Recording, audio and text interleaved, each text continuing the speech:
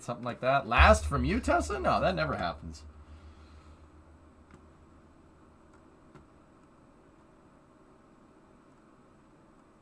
Nah, John, I don't. I'm working on it. Tessa, I don't see your last. Sorry. Yeah, 41 is fine. I was out in the t-shirt, man. You saw me walk out the door. Anyway, Minecraft time. We are going to work on the highway project. We're going to work on a highway extension.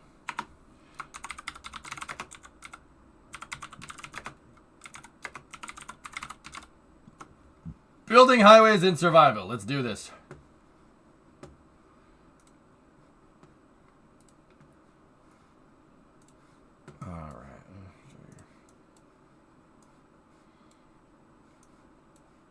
Ooh, more progress on the terminal. Yeah, it's getting better and better. Hey, a 7.4, nice.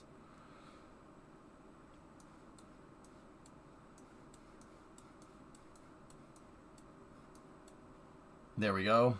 Creeper helped me plan out the route for this highway.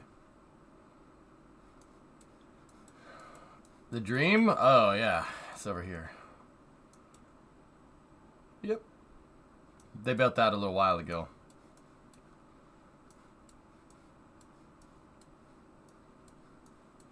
Hey, could I get permission for a building plot? Sure. Where do you want to build?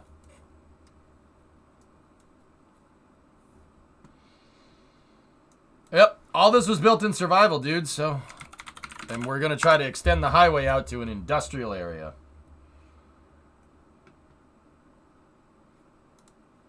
You see all this nice natural beauty down here? So natural. So peaceful. Yeah, we're gonna frick that up. Yeah, we're gonna frick this all up. Like, I'm talking full Newark, New Jersey. You know what I'm saying? People from Jersey, shut up. You know what I'm talking about. How many creeper incidents? Well, Pythos, you know, it's funny. It doesn't snow in this game, but I keep finding potholes in the roads. They like us down there, boy.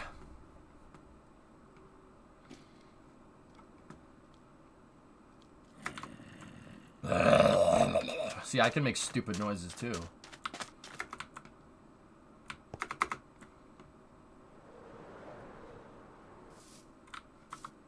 Oh.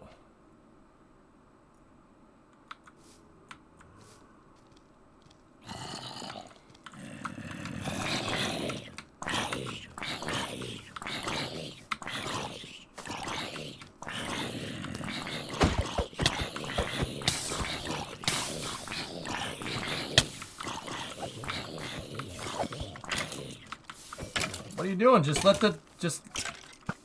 Ow!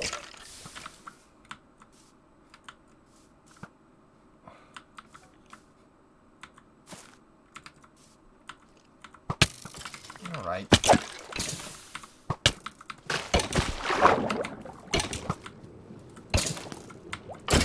Alright, this chick's toast!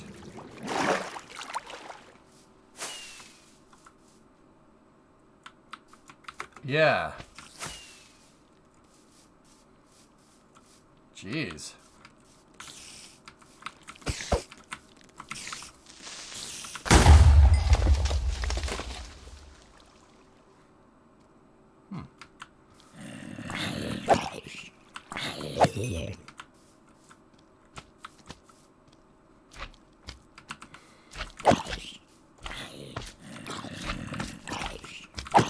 I just want to ruin your home and make roads.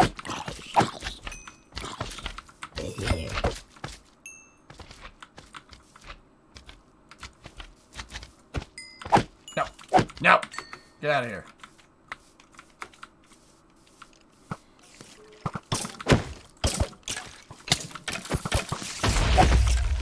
Yeah. Ow.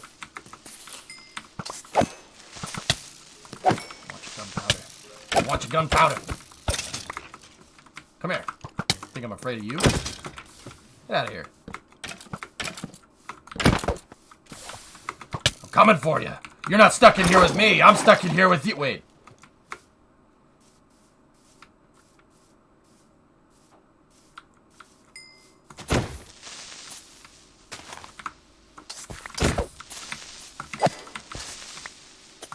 I farm your relatives for gunpowder. Your booze mean nothing to me. I've seen what makes you cry. What?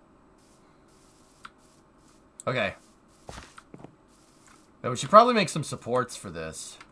Or something. Hey! Hey, you want some too? Here, have some string. Yeah.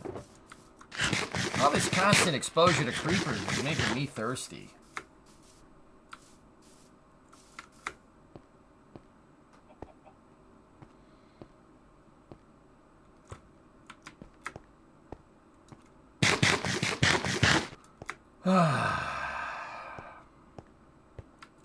Okay, so how are we gonna do this? We should probably start by leveling some trees.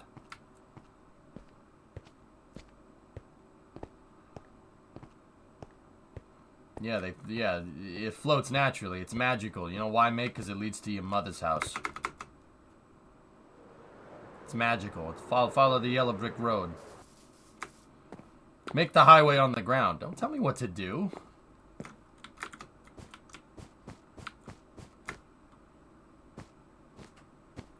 Say hello to your mother for me, okay?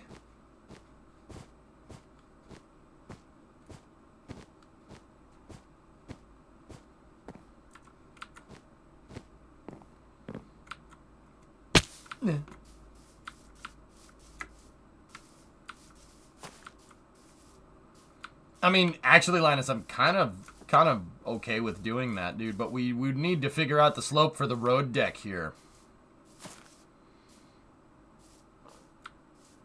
Ha ha ha ha.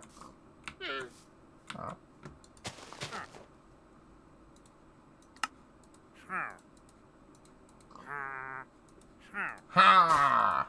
Ha! Oh yeah! Oh yeah! Oh yeah!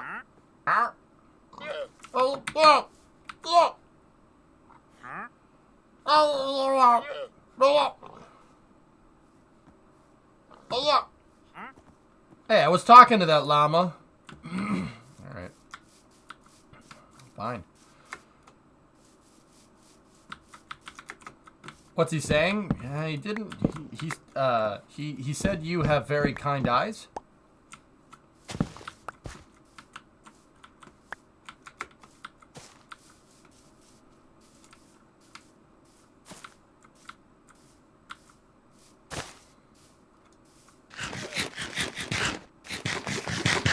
All right. So, what do we want to level this road deck at? We'll make sure the road slopes down somehow. 12? No. Let me take a look.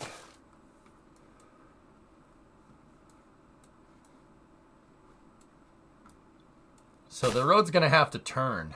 We gotta figure out these corners, dudes. Linus, do you want to figure out the corners, dude? Because I'm not too good at that. No. Okay. Well, thank you for being honest. All right. So what we'll do is we'll go, let's measure the road width, and then we'll work our way from there.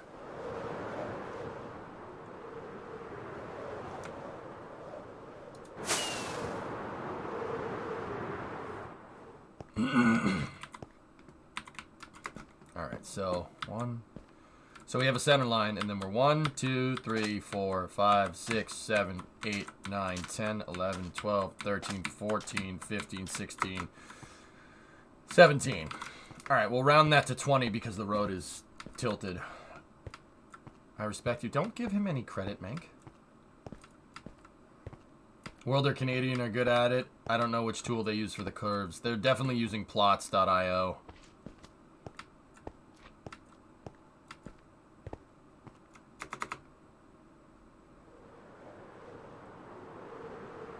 FL910S. Hellfish. Alright, so let's mark the center line, and then we'll go 1, 2, 3, 4, 5, 6, 7, 8, 9, 10, 11, 12, 13, 14, 15, 16, 17. That's the end of the road. And we'll give it a little bit of a berth. 18, 19, and 20.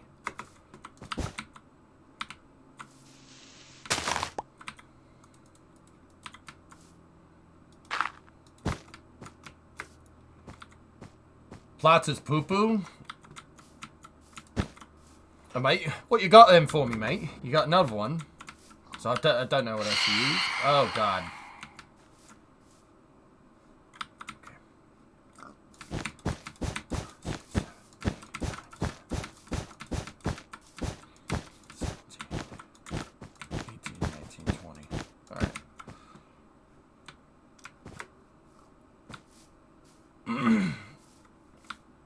Alright, so we would want...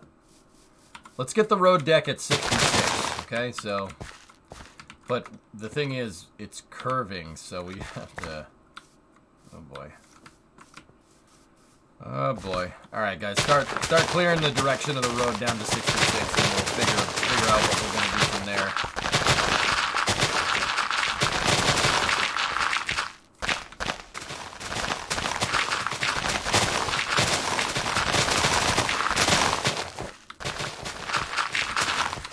The grass is really loud. What?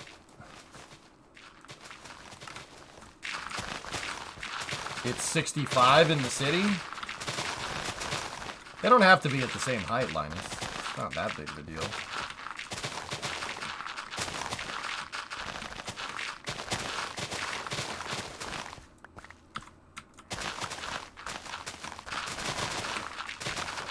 What? Is it still loud? Dude, I turned that, like, way down. No, we're just making it up, Dreamy.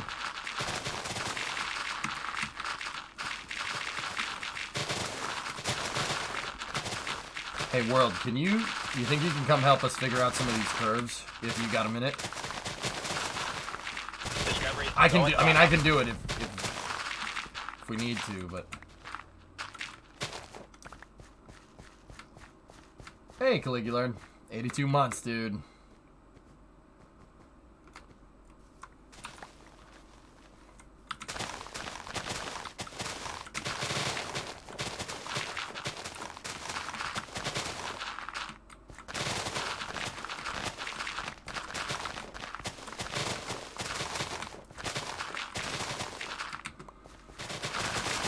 Adam, what's up, dude? ¿Cómo está?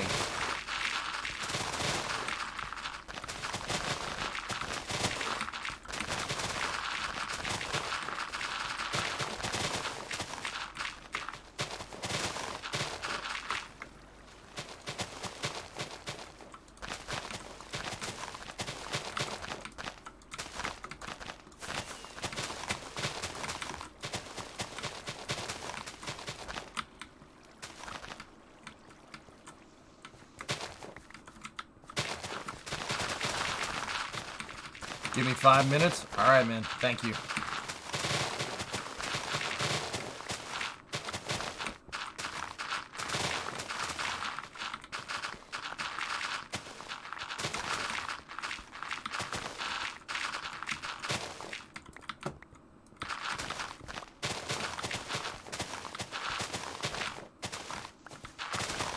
Yeah, we gotta plane all this down to Y66. And then, yeah, we'll figure out the road deck. It's got to slope down from the other road somehow, but I'm not sure how we're gonna do it. But today, because we're kind of short on time, I got overruled about doing the oil change and whatnot. We're just excavation, EJ's Excavation, LLC.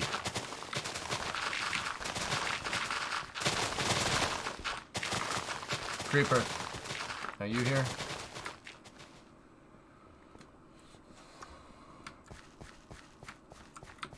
So Creeper, I need you. All right. How long? This is linear, right? It's the same length. So start making the outer boundaries for the road. Remember, the road's about 17, but I gave us a wider berth here, so. Start putting the outer boundaries for the road on the ground at Y66. Okie dokie. I have the wool right here.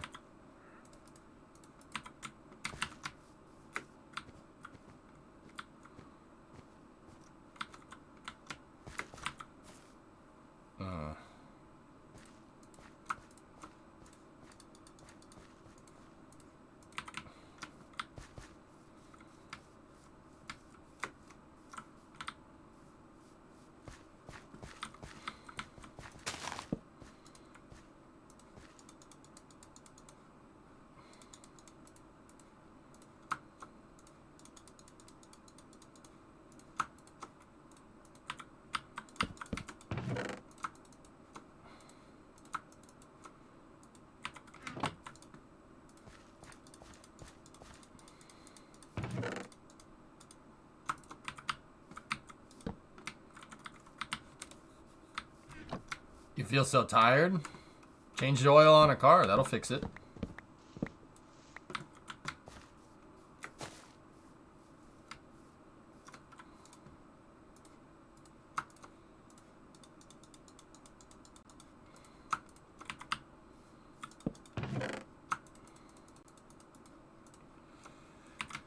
Okay.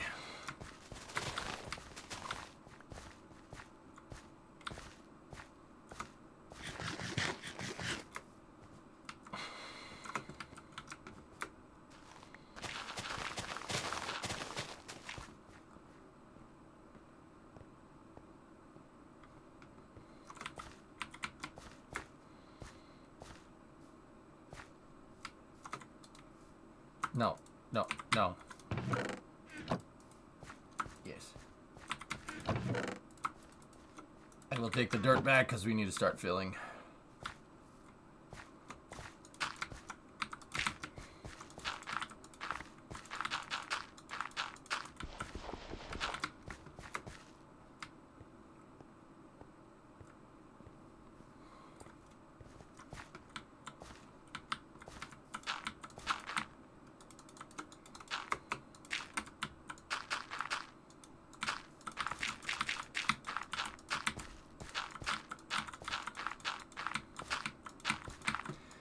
Damn swamp.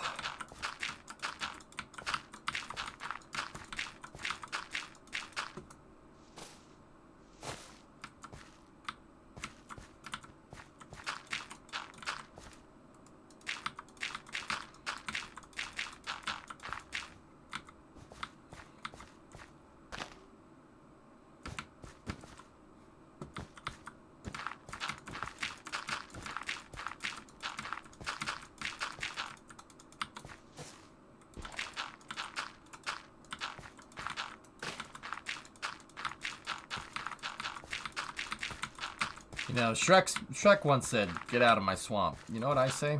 Screw you, I'm gonna burn it down. Well, I'll get out of your swamp. Not after I smoke the place out. Then what? Then what? What are you gonna do now? That's what Lord Farquaad should have done, just saying. No half measures. No half measures, Mr. Khan.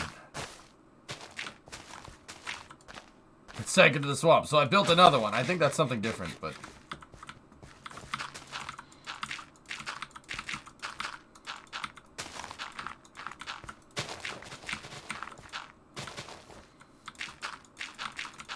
Farquaad did nothing wrong. Yeah, maybe Farquaad didn't do anything wrong, but I'll tell you what, you know, the Empire kind of did do something wrong. I mean, you've been watching Andor, then you know what I'm talking about. Yeah, it's kind of messed up. Kind of messed up, man, don't you think?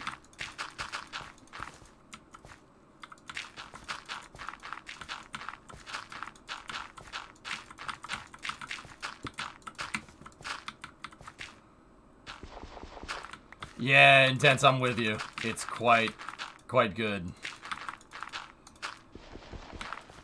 This is wild. You may have to ditch Astronomer's Visual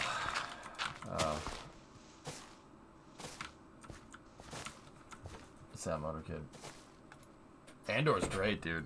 Quite good.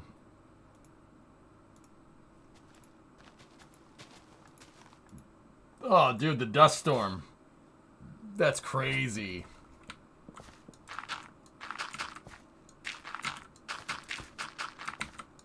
It makes Mando look like trash and you like that. Dude, Mando's good, don't get me wrong. Yeah, Andor, though. Andor is the Star Wars that I've been asking for.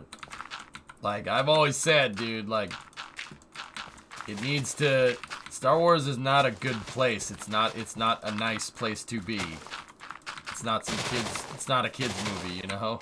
At least that's not how it was envisioned. It ended up being that. But Andor is, yeah, really good.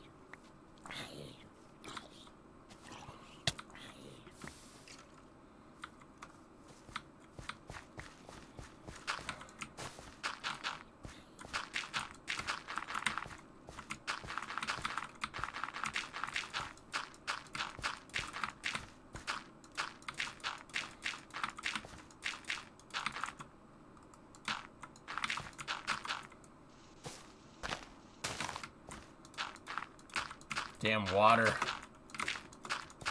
See this here, chat? This is Florida water. Damn Florida water.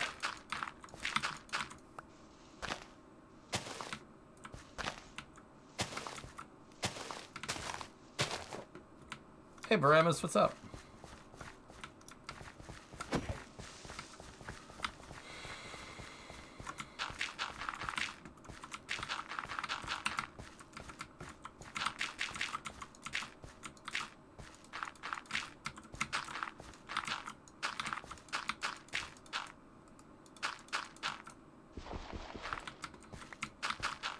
I don't see any mosquitoes.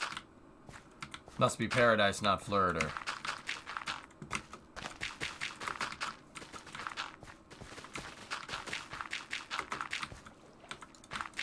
It's a swamp. Of course there's mosquitoes. Of course there's mosquitoes, bro. Don't have creepers? You don't know that. I wouldn't judge.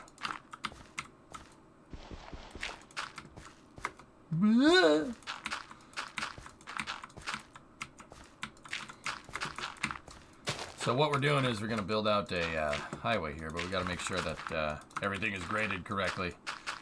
Actually, you know, like speaking of highway building, dudes, Cities has like some crazy content creator packs out with a lot of really nice buildings and whatnot. I think the way that Paradox is doing DLCs and whatnot is quite good.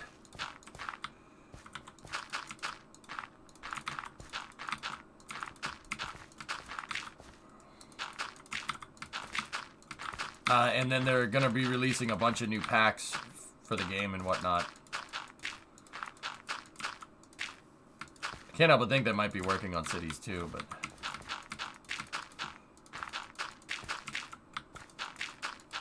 So I'm trying to fill in the exterior of this, giving us a nice grade.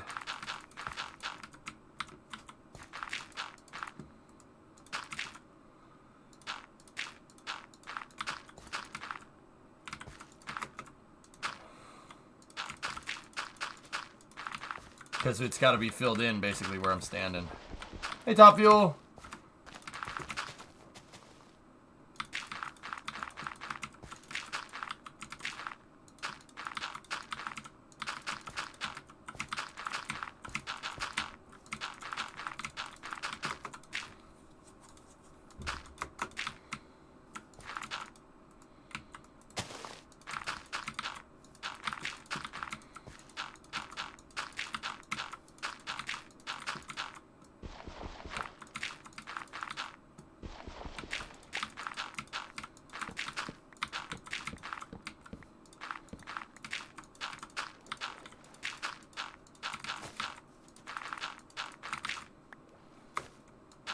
Ah, more Florida water.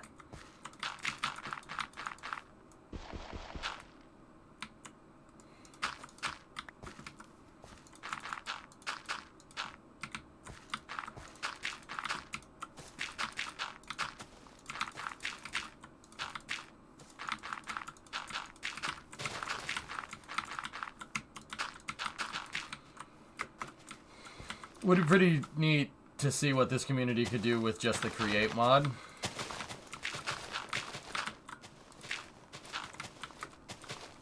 Are you suggesting mods in my stream?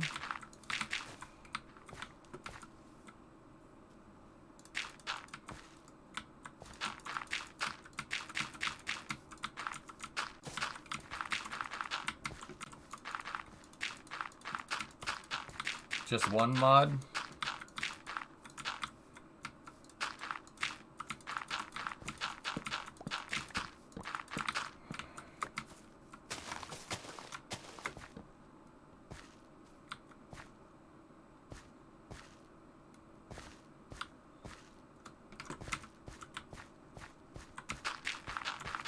Well, I screwed this up. Thanks, 95. Jeez. What style junction?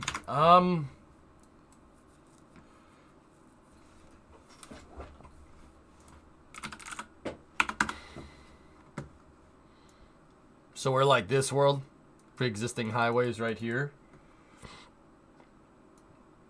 And, right.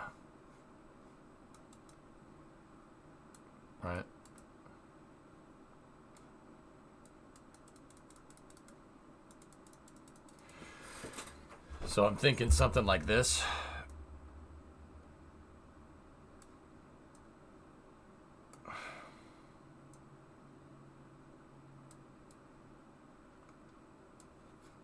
Something like that. Just pretty standard Y. You know what I'm saying?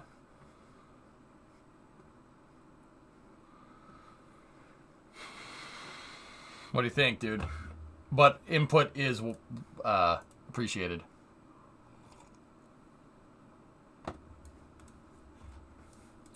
And you got to remember, like, this highway is going to, it's going to slope down. That's why I don't want to build the road here. I just want to make a flat deck. And then because this road's going to need to start up here and then slope down into the ground over here, it's going to need to end up looking like out here. You know, where it slopes down and then comes back up. Intersection of I-90 and 290 in Worcester. Okay, so first of all, frick that intersection. Second of all, yes.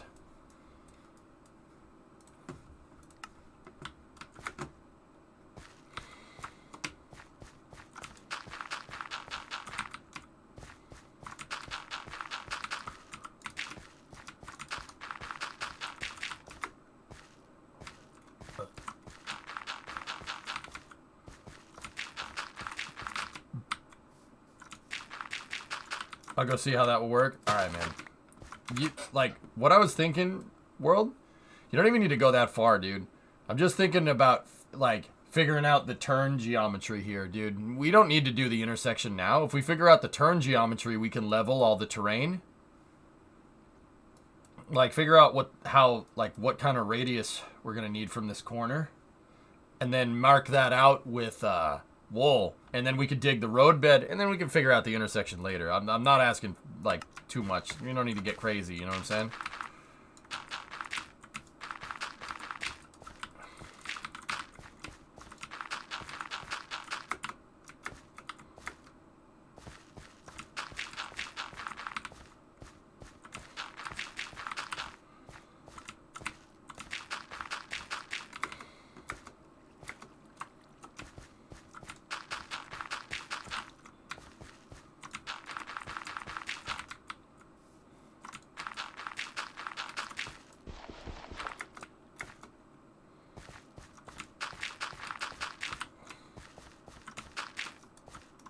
I'm gonna put on some tunage if you don't mind.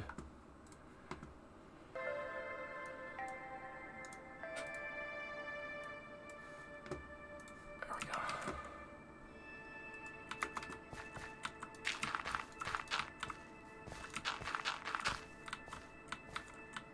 The thing is going towards the thing, and that is intercepting the thing, and is not intercepting the thing that's blocking the thing. What thing?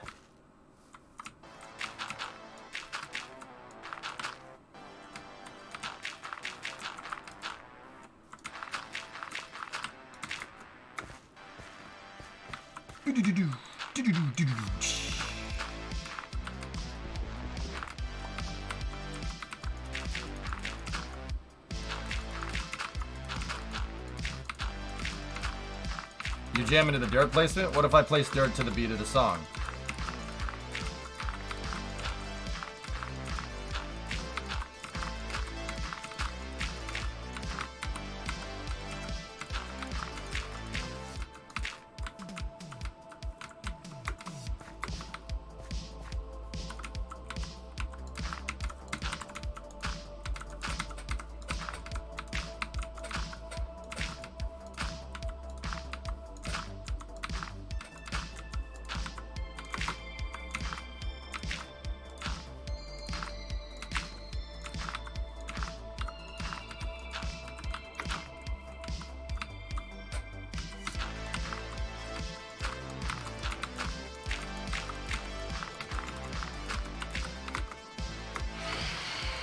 No?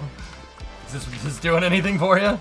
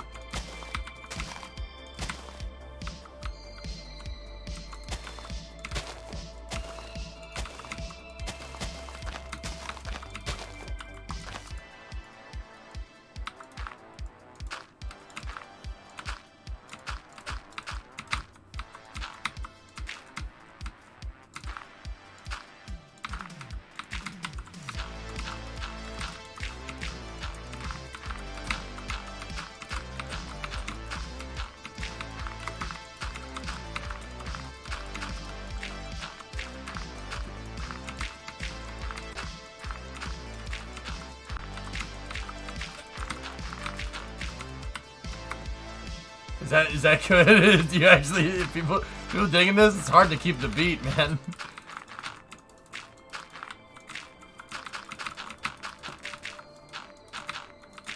It's hard to keep the beat because I fall and then I don't place it where I want.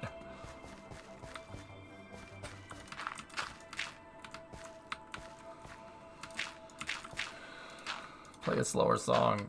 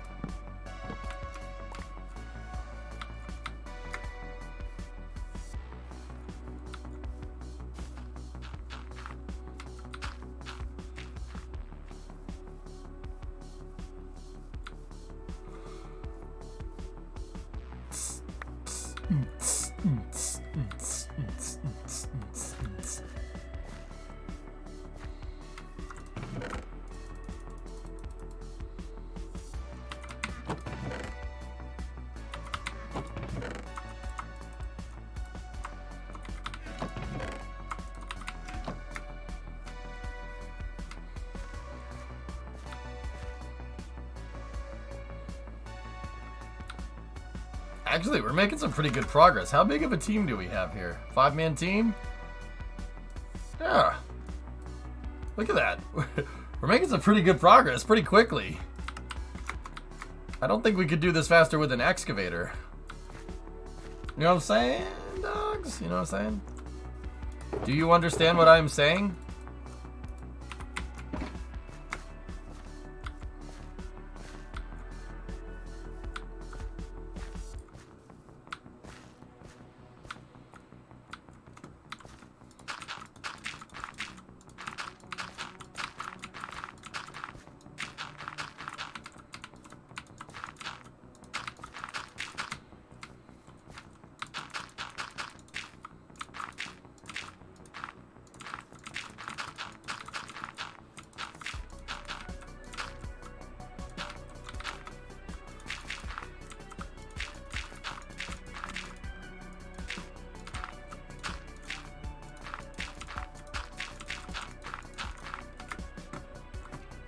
Damn Florida water. Do you understand the words that are coming out of my mouth? Ain't nobody understand the words that are coming out of your mouth, man.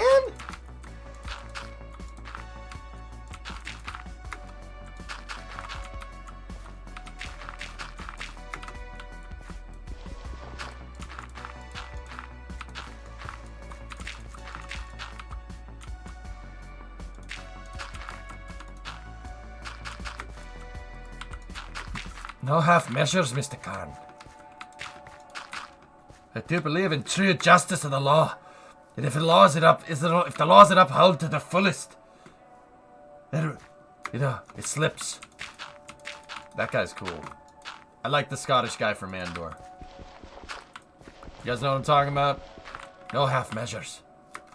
That guy's cool. I like that guy.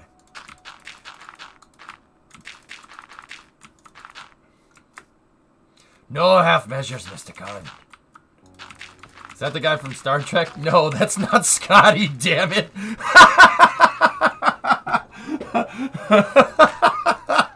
No, that's not Scotty. Oh my god, that's pretty funny, Batman. I love it.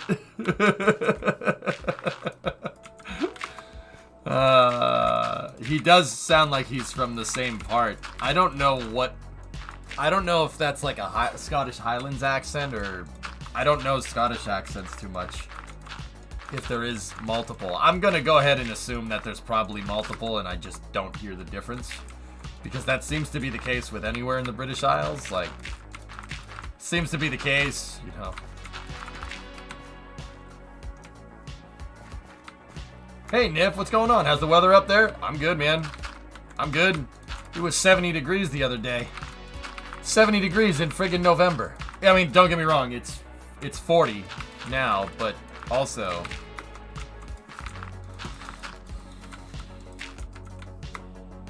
I'll take 70. I was out in shorts and a t-shirt, dude. I was driving around the Mustang with the windows down. I'm like, okay. You moved? Nazalite, yeah, I moved back in August. Yeah. Want to see something cool? If you haven't seen it? Yeah, guys, I'm showing it off. I'm taking a second. I'm sorry. Look. So check that out. See that? That's my garage. Look.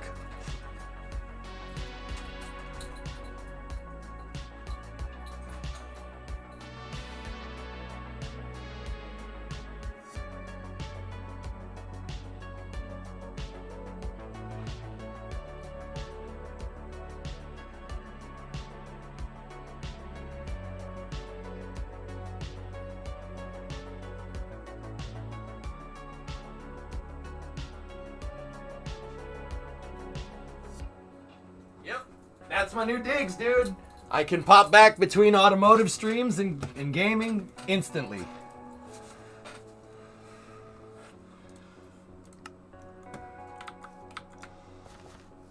So whenever we need a little bit of a break, we go out to the garage and we have a break. Yep, I was working on Brimo's car this afternoon. Brimo's car needed an oil change. That's earlier in this VOD. Yeah, man. Got a nice big old garage.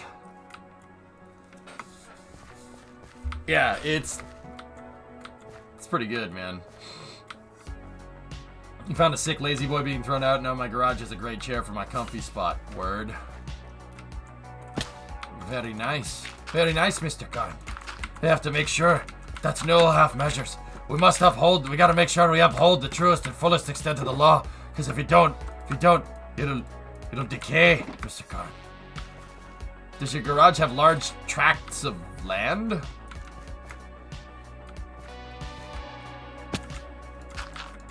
I don't... What are we talking about here?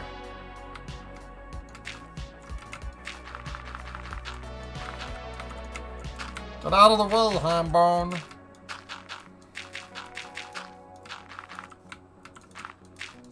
Spin the 59 on the rollers for you. Les Grands Titans! Isn't there a mountain named that? Isn't there a mountain range named Grand Titans?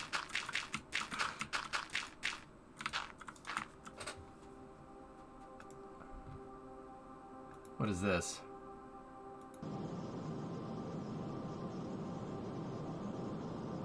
Oh, that's freaking sweet, dude. Oh, speed is addicting. Oh, that's cool. Yeah, the Tetons are on the border of Idaho and Wyoming. Isn't that French for huge tracts of land?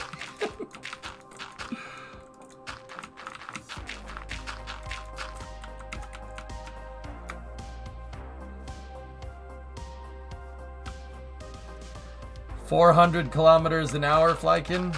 250 miles an hour. Yeah, 320 kph is 200 miles an hour. So if they're going 400,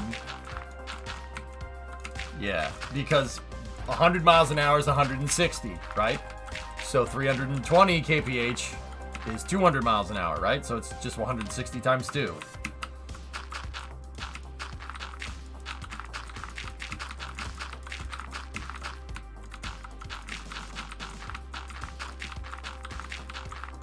I need to sleep.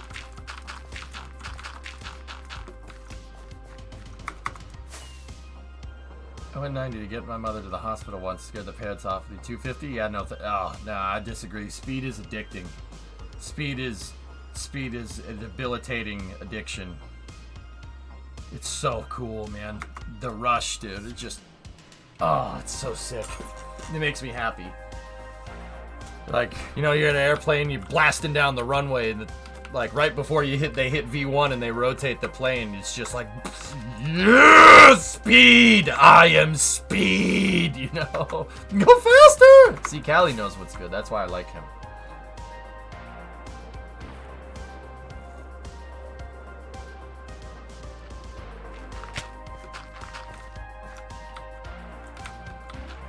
Dude, speed's a drug, man. It's a drug. Yeah, I don't know what the hell that's about. For the Euro folks, you guys ever been in a high-speed train? You look out the window and you're just like, you know exactly what I'm talking about. You're looking out the window, you're like, what the heck? It's hypnotic. I don't know what the hell that's about, dude. That's some human missing link stuff. You know what I'm saying? See last plus for Orion. No, look at this. Look at this, Forge. This is chat right here. EJ, see my last. EJ, see my last. EJ, see my last. EJ, see my last. EJ, see my last. I'm like, ah. All right, what's your last? How did the Nakatomi Plaza building come along? Let me see. I'll show you in a second. It actually was awesome. Oh. Dudes. Oh.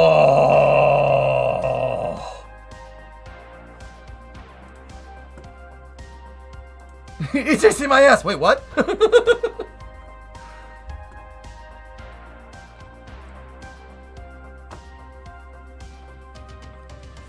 Bruh.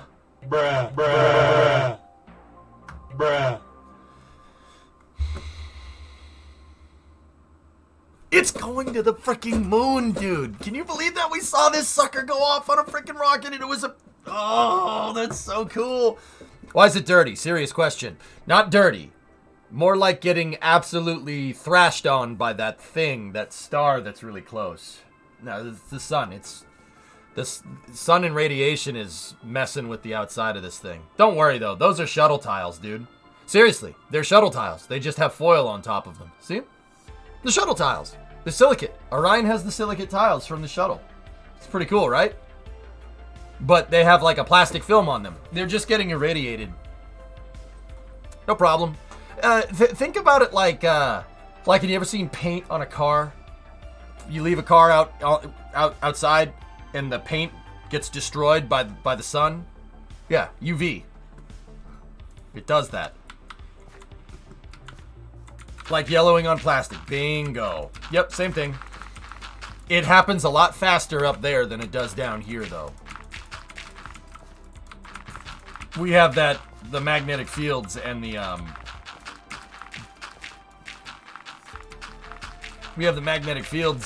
atmosphere to help us filter out the UV. It filters out some of it, but not all of it. That's why it still wrecks paint down here. In space, that happens a lot faster. So take like the Tesla Roadster, for instance. The Roadster's probably melted. It's probably a bunch of melted dookie like sitting on top of a Falcon 9 second stage somewhere in deep space. Starman melted a long time ago. You can't stay... Space does that. It's not a very healthy place to be. You'll get a suntan real quick. Oh, dude. I still can't believe that, man. I can't believe it. It's not gonna set in, I guess, until like maybe Artemis 2 or something. But you know, it's just because throughout like the entirety of like me loving space, like which has pretty much been since I was born, right? Like loved space for a long time. It's always been, we'll go back to the moon. We'll go back to the moon. We'll go back to it. We're finally frigging doing it, and it's I don't care. You can say whatever you want about the artist, but I don't care. Dude, we're going back to the moon. We're going back to the moon. Frick off. I don't even give a frick that it doesn't have a lander. I don't care. I don't give a frick. Anyway, you want to see the Nakatomi building? Check it out. So Linus whipped this up, and it was freaking money, dude. Look, Linus did a very good job on that building. There you go, Electron.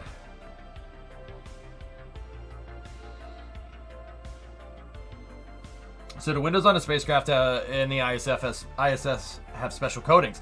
The windows actually have shutters on the ISS Flykin, and they only open them up when they need to look out the window. John McClane. Oh, shit. Man, good thing I have armor on. Excuse my language. Sorry about that. I heard this, and I'm like,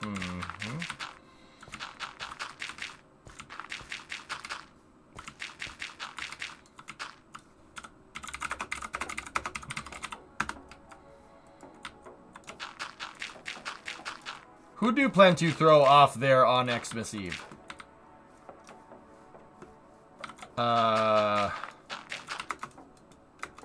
Hands, Bubby. I'm your white knight. Can we just throw Ellis off instead?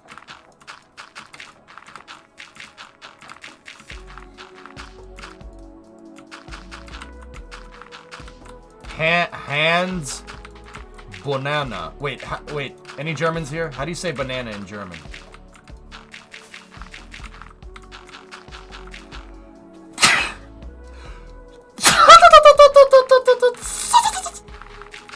Turbo. Hands Serious Potato Bot. One operational KSP mission. Dead crew, December. Or basically after Thanksgiving, dude. After Thanksgiving, we should be set to jet, and then December and January are just gonna be pedal to the metal, dude.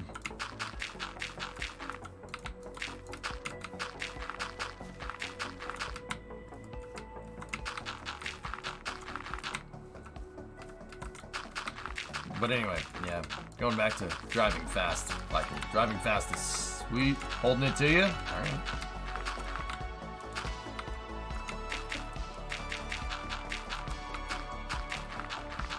So we're building up a road deck for the highway here.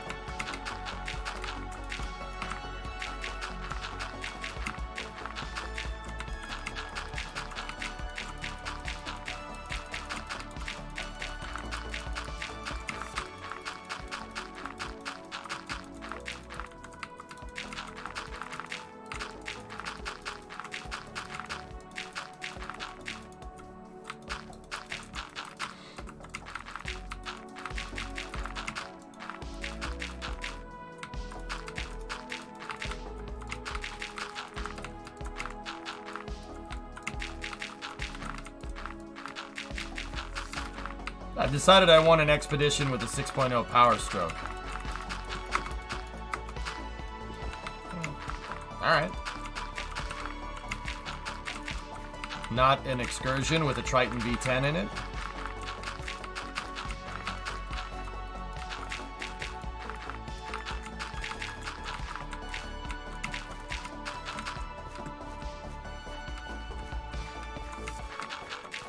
I think wars have started over the Die Hard debate. It's a Christmas movie. I don't understand how somebody can't think it's not a Christmas movie. Die Hard is a Christmas movie. Christmas is entirely central to the plot. If it was Thanksgiving, the movie wouldn't happen. And Hans Gruber would have robbed the place. Christmas is the underlying focus of the movie. Without Christmas, the movie wouldn't happen. So how is it not a Christmas movie? It's adult Home Alone. Home Alone is also a Christmas movie.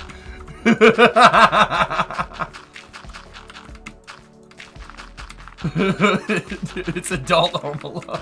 Oh my god. Fran, that's so good. I've never heard that before. That's wicked funny. My bad. Excursion 6.0. Power Strokes, Sawyer, and this is coming from a Ford guy. Power Strokes are kind of crap, dude. They're not called 6.0, 6-point blows for no reason.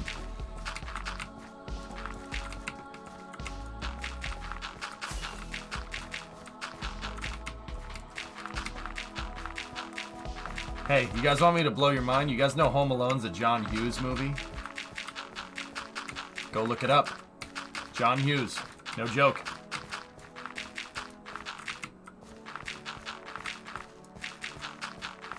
Did I know that Home Alone has CGI in it? No.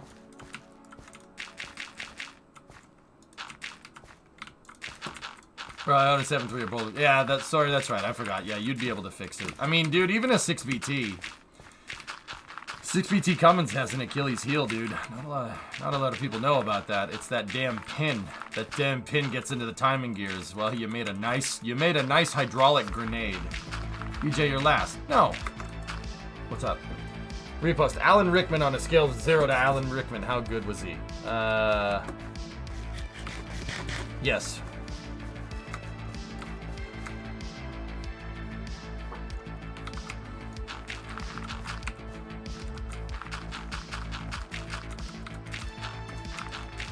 This is Alan Rickman.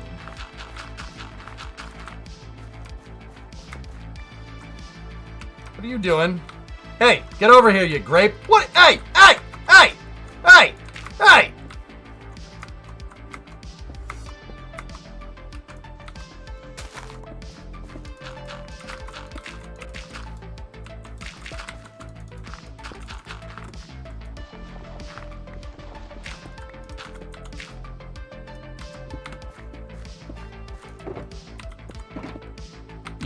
Ian, look at me. Ian, look at me. Don't look now. There might be a cow behind you. Don't look behind you. Bro, I told you not to do that! Bro! No! Why? Spepta! Septa? No, don't call them. Yeah, Ian moment.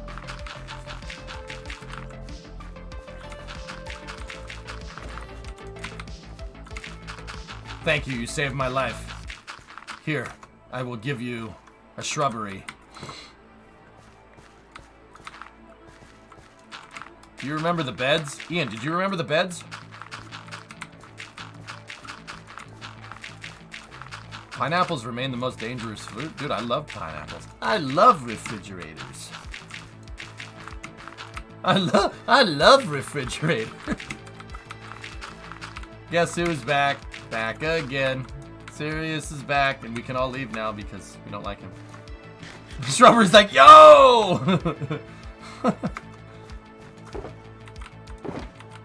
Whoa, I love refrigerators. Oh, this is all the road supplies. You are a gentleman and a scholar. seriously, you're gonna get a scholarship book award for this. You get your Scholastic Book Award, Ian.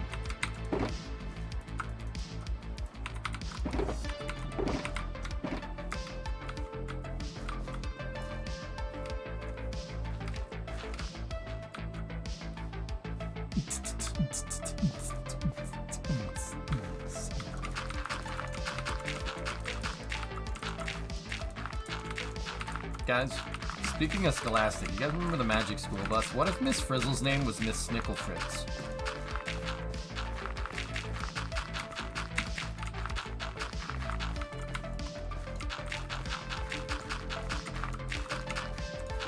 Wait, what if Miss Frizzle was a drug dealer?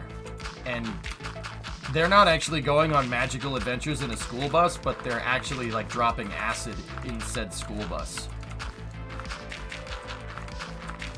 Stay off drugs.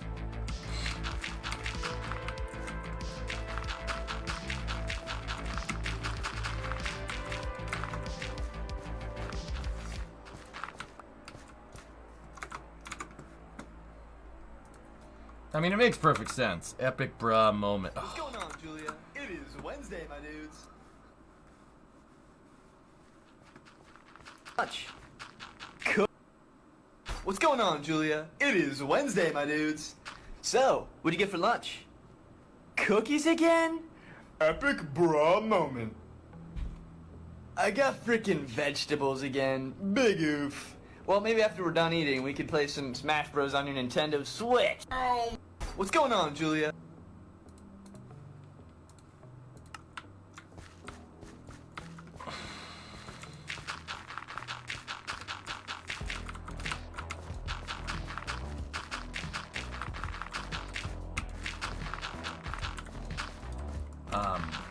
In the words of Vice Grip, we're just gonna do the right thing and just pretend we didn't see that. That did physically hurt to watch, dude. I'm like, ugh. I had a physical reaction to that video. Of course he's a freaking brownie. Oh. Oh, God, the cringe is strong. What's up? You got cookies again? When you have no game. Cookies again? That's dumb. Who has cookies, am I right? Or you could take the 15-year-old EJ approach to talking to women and being like, you know cookies aren't good for you, right? I don't eat cookies because I'm healthier. Yep. Yeah, that's not a good way to do that. That's not a good way to do that. And you know what the messed up part is? I absolutely did eat cookies, and I still eat cookies to this day. So, whammy.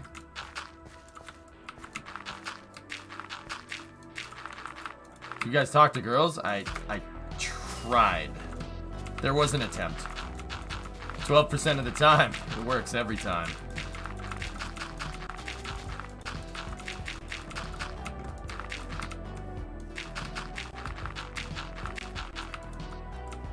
What is girl? Don't worry about it. You'll find out.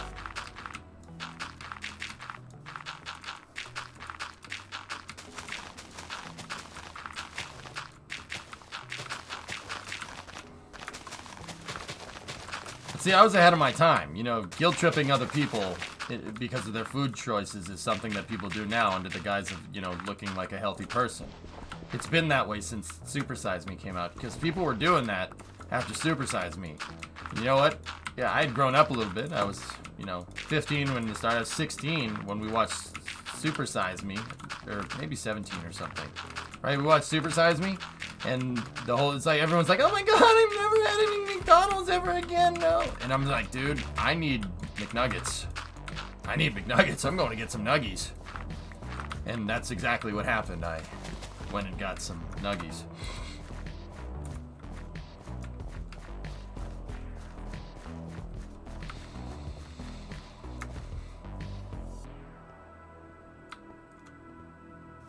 Oh, nuggies are the best, man. I love nuggies. I love refrigerators. You haven't had Mickey D's since high school. I missed Big Macs.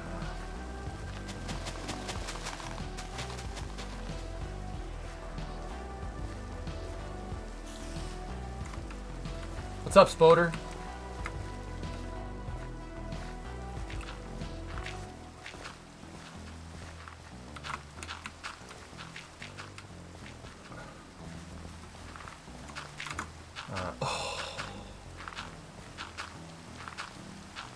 NASA is my city.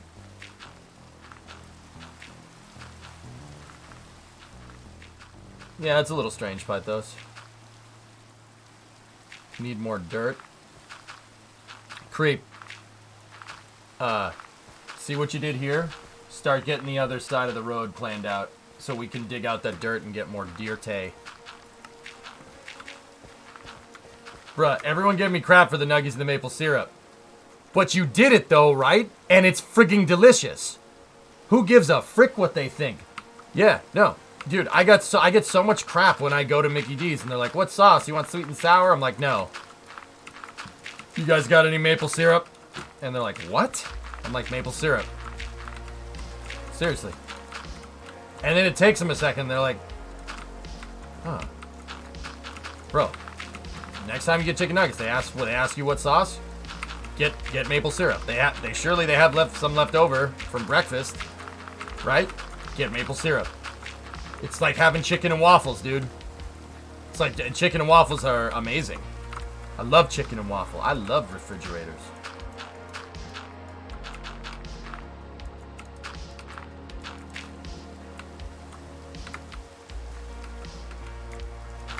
Is this fortified enough? No, seriously, it's actually tasty. I think that's fortified enough.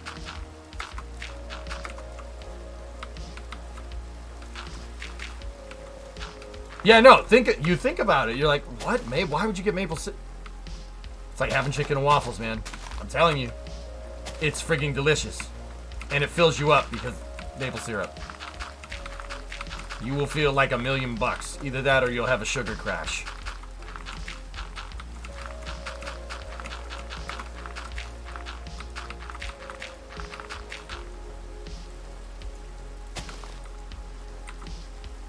Telling you, man.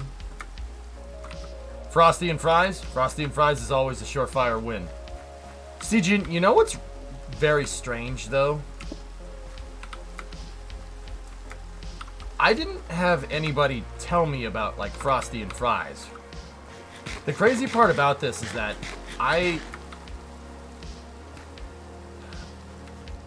as a nerd, I came to like Frosties and fries without telling anybody because I didn't have any friends. I went to Wendy's by myself. And then I later realized that there are people that actually like other people came to the same conclusion, like without me knowing. Like, you gotta remember, I figured out that Frosties and fries were good pre-internet. You know what I mean?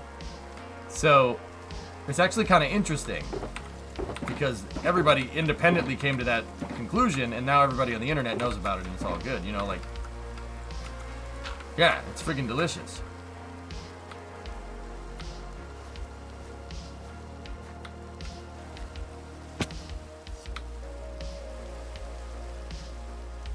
I'm chaining last because I don't want to repost that book.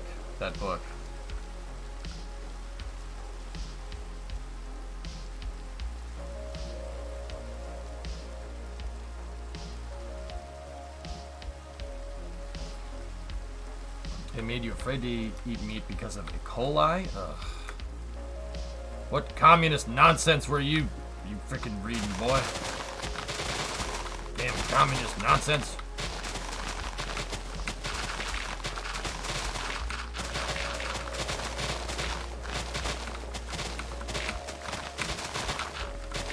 They forced us to read it.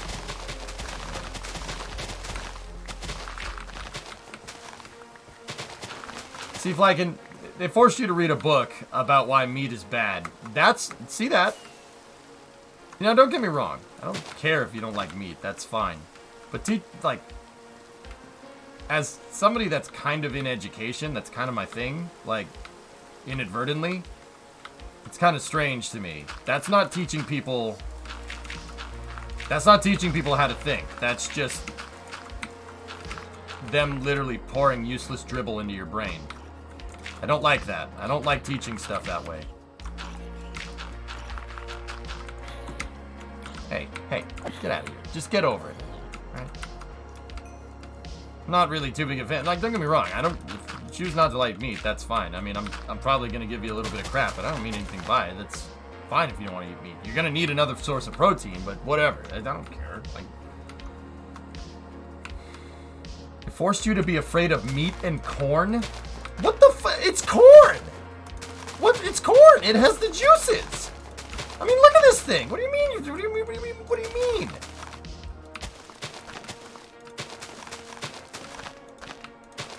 Corn is delicious, man. Sweet corn? Oh, dude. Corn on the cob? Like, I mean, look at this thing. You douse that thing in butter. Actually, you do a War Games. You guys remember David's dad in War Games?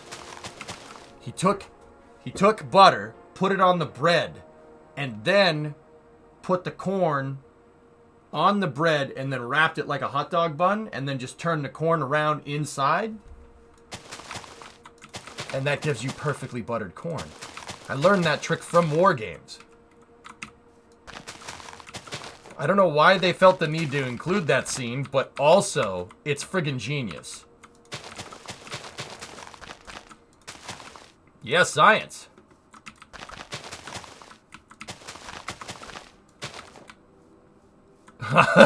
Like corn on the cob! I'm ready. It's corn! It has the juices! I'll do it. I'll do it! That sounds so American. It's smart. Brilliant scene. Yep. And we were also forced to look up that Rolling Stone article about butcher houses. We got forced to learn that corn is bad for cows and that cows are bad for us. This was high school and I'm 90% sure the teacher was fired.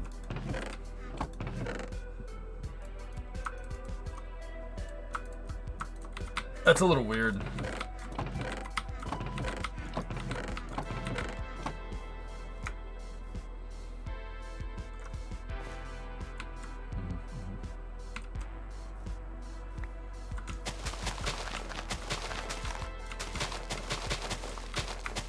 Flacken, did this teacher also tell you that artificial sweeteners were safe, WMDs were in Iraq, and Anna Nicole married for love? Yeah, fucking the world ain't what it seems, is it? The moment you think you got it figured, you're wrong.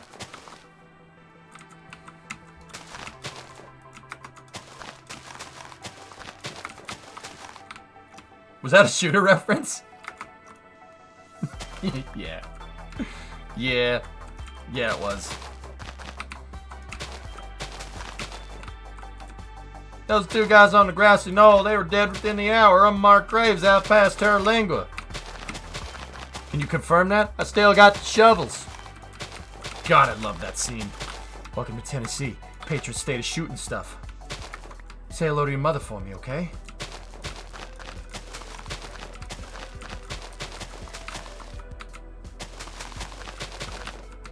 You know that for a fact? I still got the shovels.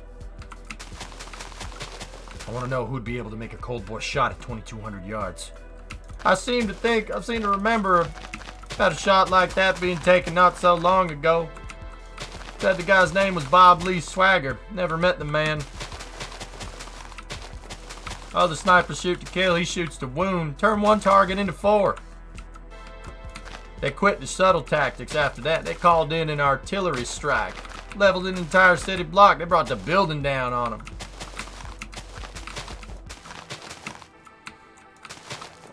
Have a seat. Take a chair, son. Yeah, the world ain't what it seems, is it, Gunny? No, sir. Oh, God, that movie is so good. By those, we were talking about it. Like, the last time we talked about it, dude, I went and watched it again. Oh, it's still good. It still holds up. Don't you dare. Don't you dare take that from him. Movie night? Dude, I wish, man. I'd love to watch movies with you guys. What movie? Sparks, it's a movie called Shooter with Mark Wahlberg in it and Nick Pena. It's, dude, oh, it's really good. It's just a good action movie.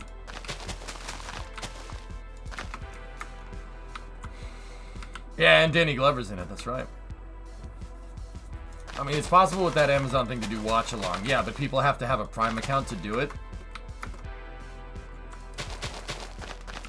And I don't want to gatekeep my stream like that, 95. Not about that live.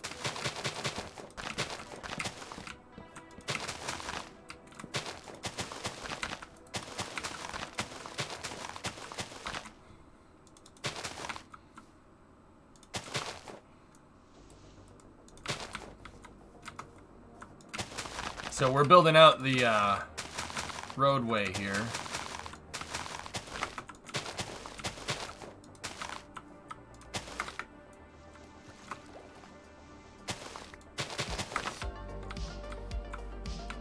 Where's the highway leading to? So we're gonna build a new industrial area, Ginny. Give me 1 second and I can show you the, I'll show you the map. Let me just finish up this retaining wall here. So we're expanding our city. What we're doing is we have a survival city build going. So it's, you know, we've been building out for about 2 years now. We've been building out a city in survival, and we're working on one of the highways here, right? And we're gonna make the highway split, and we're gonna make the highway go down here. And what I thought would be cool is with this highway, well, we don't make it go right through the swamp. A highway would want to stay on solid ground for the most part, right? So we're gonna make the highway kind of go out here, and then it's gonna come over here to this biome, this grasslands biome, and then we're gonna build an industrial sector down here, like factories and power plants and all that cool stuff, because we don't really have a big industrial district in the city. The city's up here. It's on the other side of this mountain biome. We're building out the downtown area right now, and it is cool, but we need more industry, I think. Florida, need you say more? You just said more.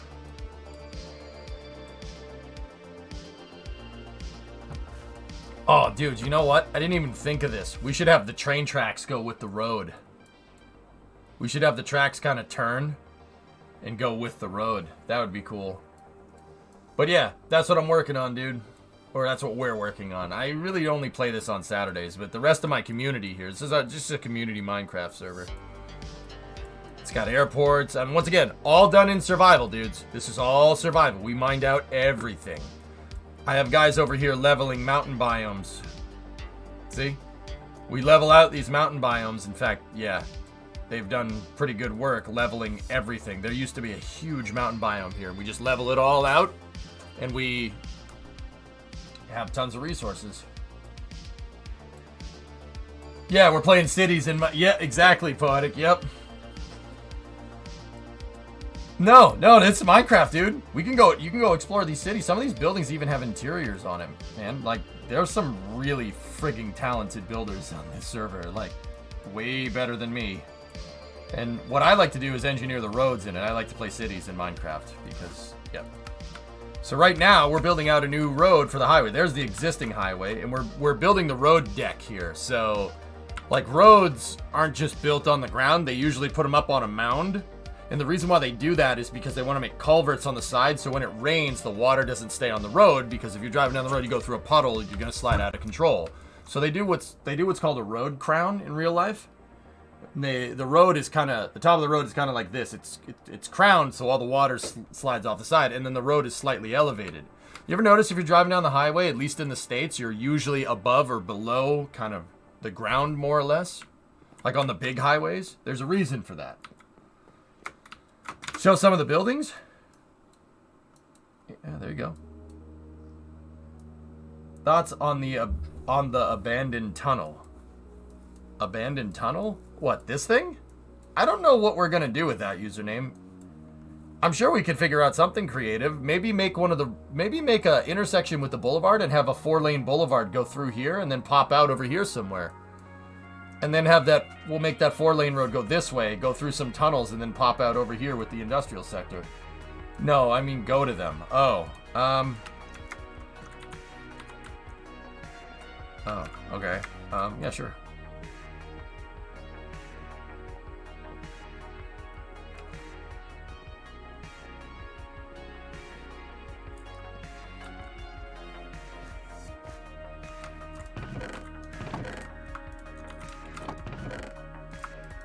Guys, I'll be right back. I'm gonna show people what's good.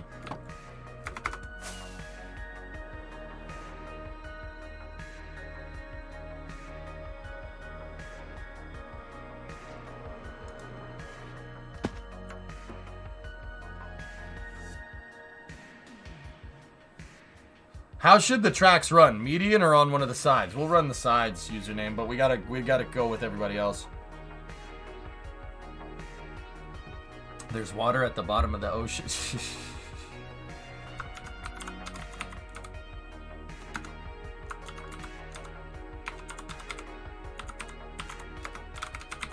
Schlieren images!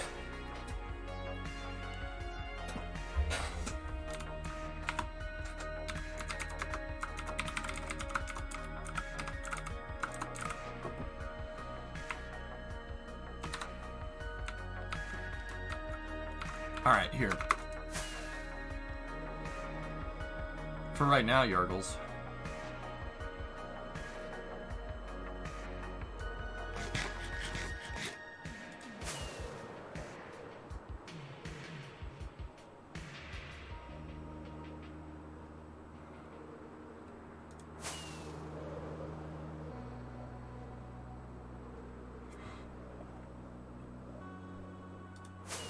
I mean, you want me to test that serious, or?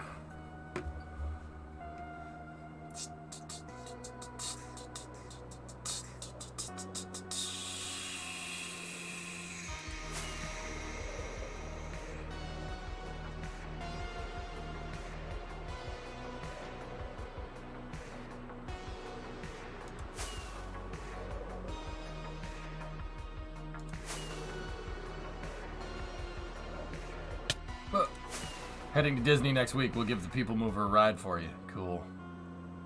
Thanks, man. The Tomorrowland Transit Authority.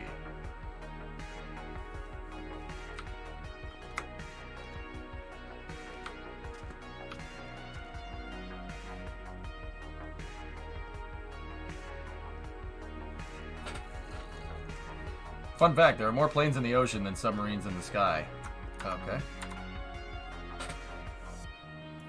¿Qué es esto? Yeah, we saw it, dude. And we saw it right from NASA. You know what? I'm going to go ahead and just... Holy moly.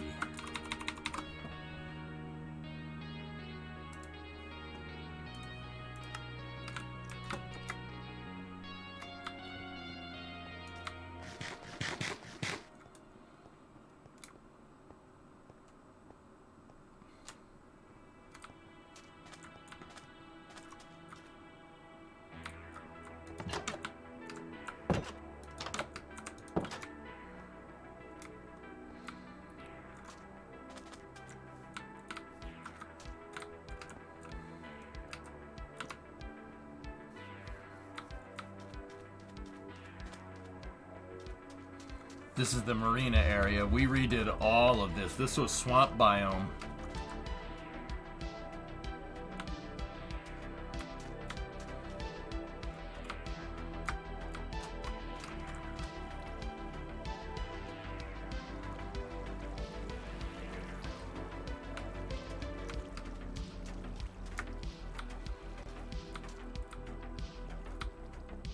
I think the one in Futurama T-Bim was for something else, though. There's the Riverwalk. We did that a couple of streams ago. Are you playing GTA tonight? Yeah, probably.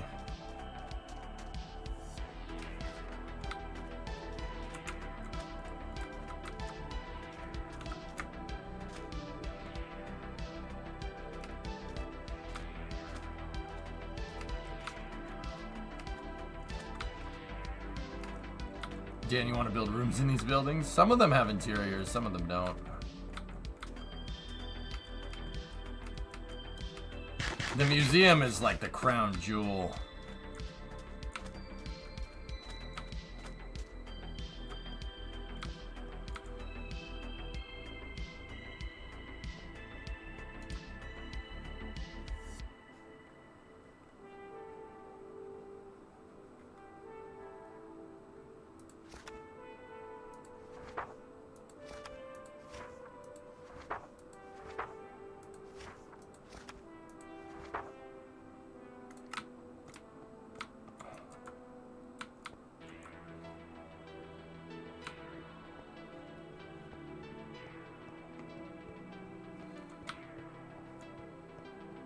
You guys want to see something cool? So the museum, what they did was they made a walkthrough for like every biome, right? Like this is, it starts in the city building biome, right? And then watch this.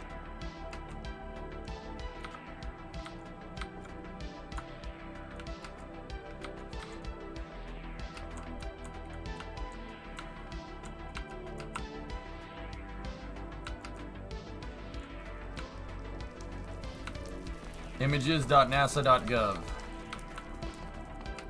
That show's pretty cool, right? And we got the mountain biome down here. This was all done by hand, guys. There was nothing. Yeah, this was all swamp biome.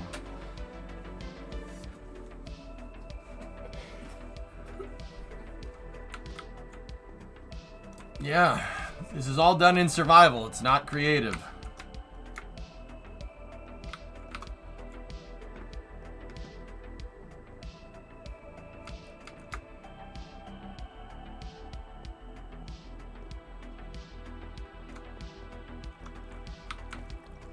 Look, deep cave biome.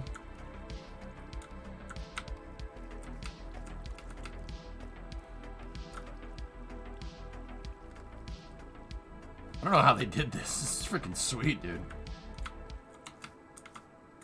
Dark forest biome.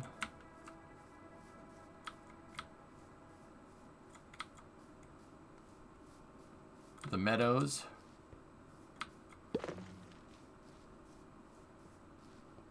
Badlands. It's ridiculous, dude. How many man hours in the server? Oh, dude, Sam, I have no idea.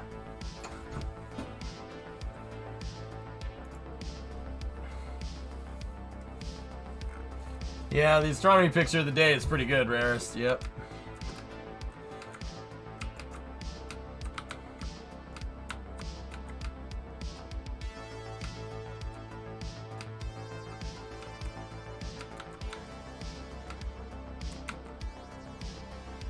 World says he has over 100 days playtime. I'd believe that.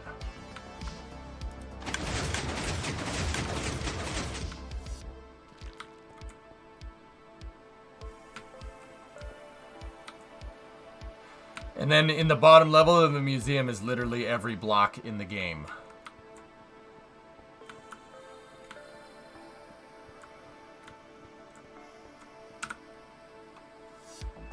The overworld is on 72,942. We are 58 days from 200 years in game time. Show off the doorbell. Alright, alright, alright.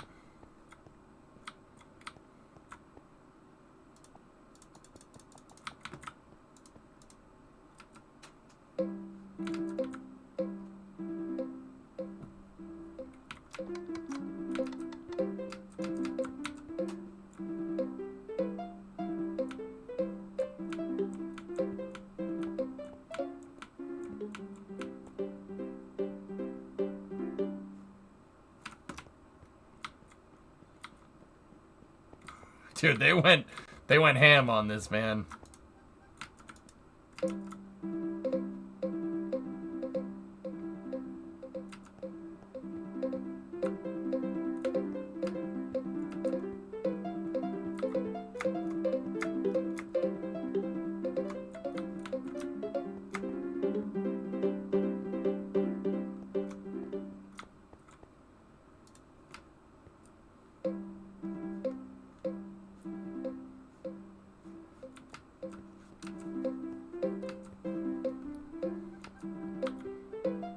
It belongs in a museum. So do you! Ugh!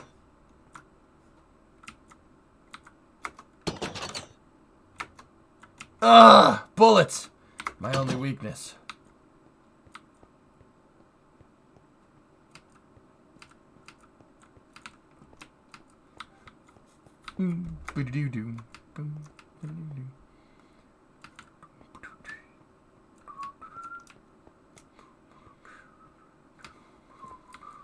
Whatever you do, short man, don't touch anything. Okie dokie, Dr. Jones. Hold on to your potatoes. Kalima. Shakti Day. What? Anyway. Yep. I don't think so, Flacken. Not yet. Kalima. Kalima Shakti Day.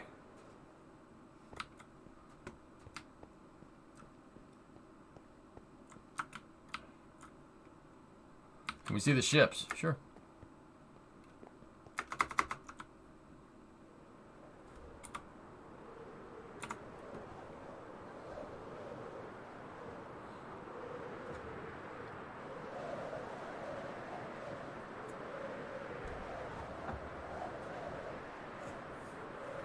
Kalima.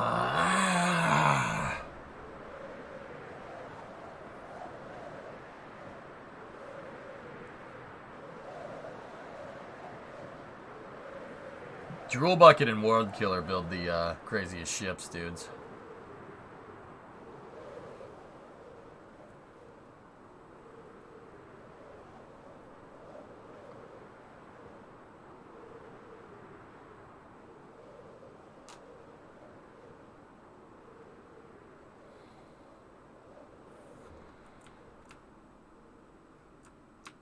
Yep, the shipyard is where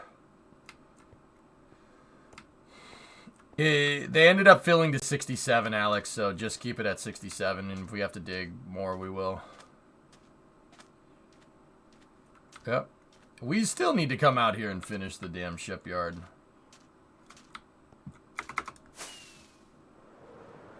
I think it was the Mercy, I think.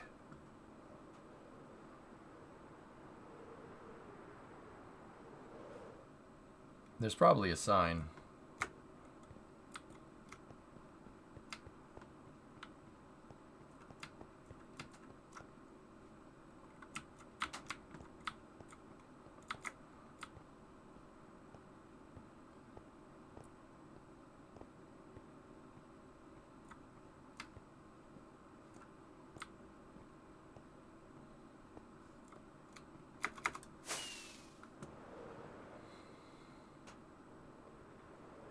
Let's go up on the bridge, see what we can see.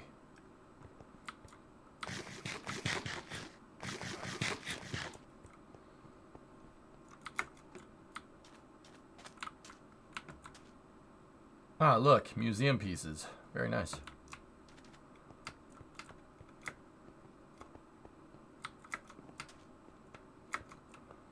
That's the Boca Vanguard. It's a floating dry dock, and we put an Iowa on it for some reason. Hey, drummer.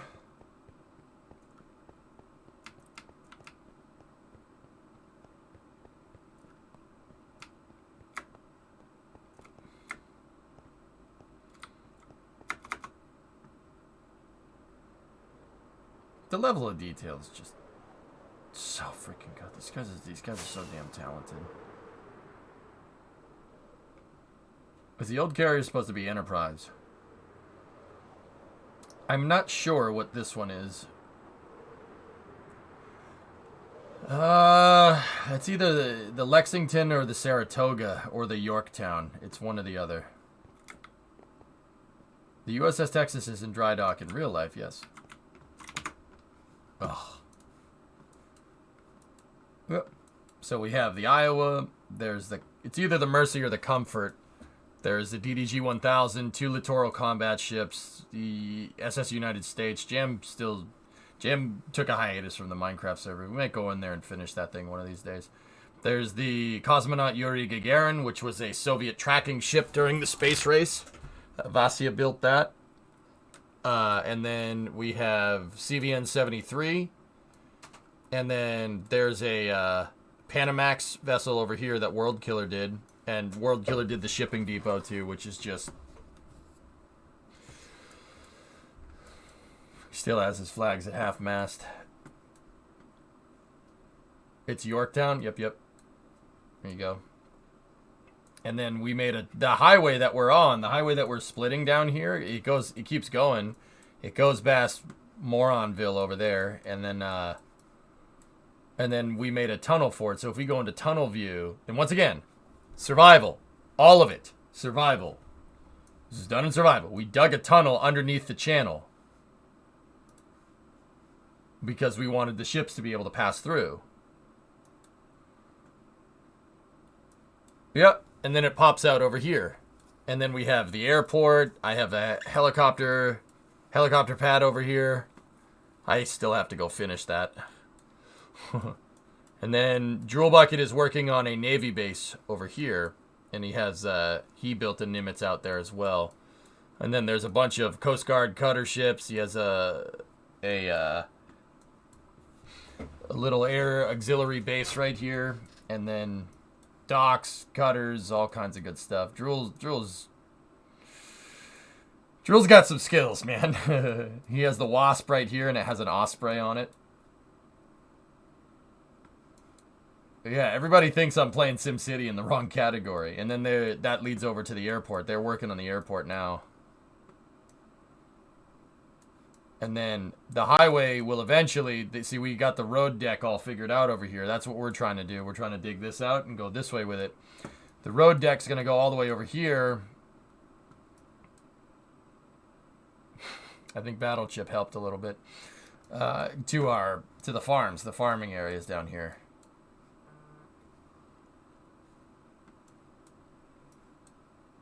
And then we'll eventually connect it into the little winter outpost out here. The little town.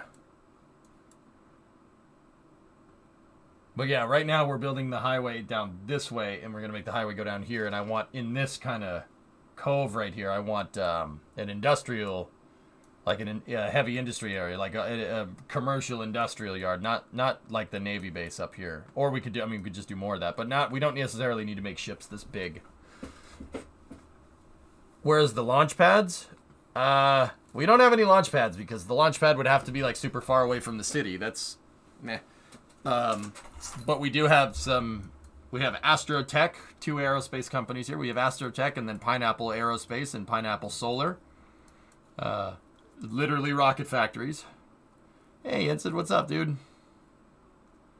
Jensen, did I ever tell you I built Highland Park? Or at least I built one of the office buildings from Highland Park? I didn't build the whole damn factory. That's what the industrial area is going to be for. But that's the Highland Park executive office.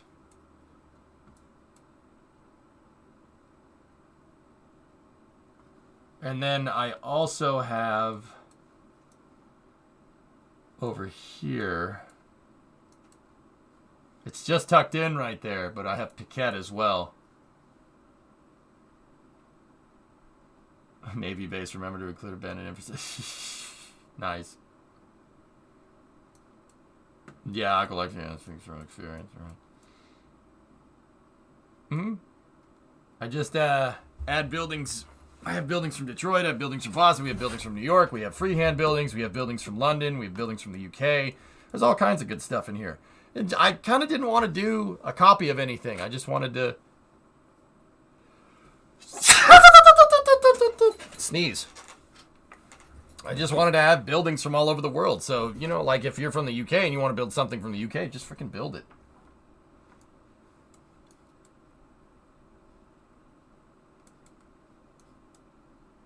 Like Sirius is working on some outskirts suburban buildings out there. And then see all these houses in here. These are all player houses, which is actually pretty cool. Some players like to live more lavishly than others. My office is this building that looks like piano keys. That's Yotel. That's a building in Boston. Where's your house? I don't remember. Up there in the old district somewhere? Yeah, it's Yotel. It's the Yotel.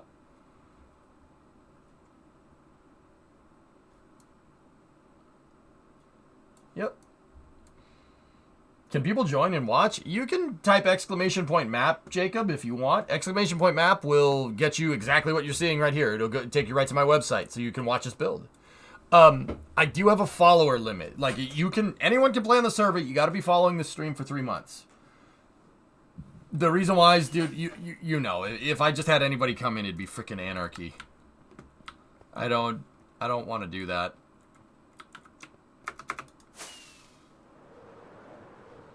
Yotel, it's on Seaport Boulevard, Aldezert, near the courthouse, near the Suffolk County Courthouse.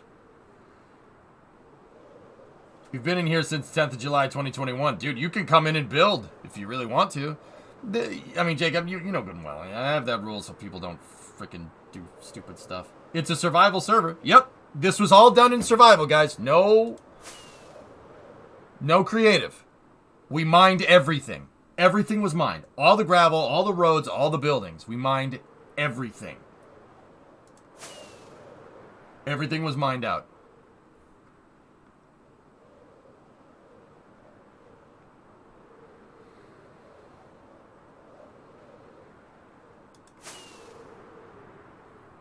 We're mining our own business. Yep.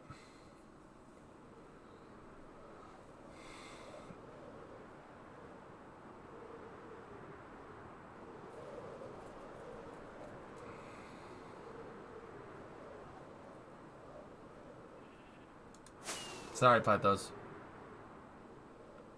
Never got down that way if I'm planning. The seaport's fun, Aldezert. Do you know where your house is at? The context of this conversation makes me laugh. Your house is back somewhere over there, dude. It's in the old sector of town. Not a seaport fan, TBH. There are better places to go, Jensen. Boylston Street is a good example. There's things there that I'm quite fond of. Graviola, you're recovering from wisdom tooth removal. Currently 0 out of 10 would not do again. Yeah, we had to do it.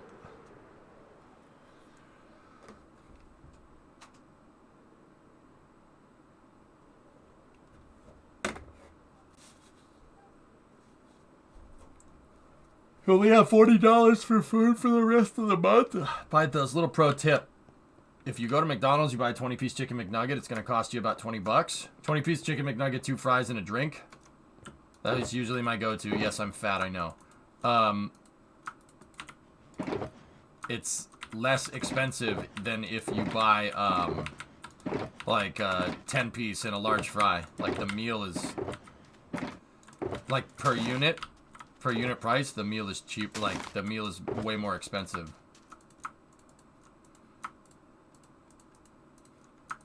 Alright, got dirt.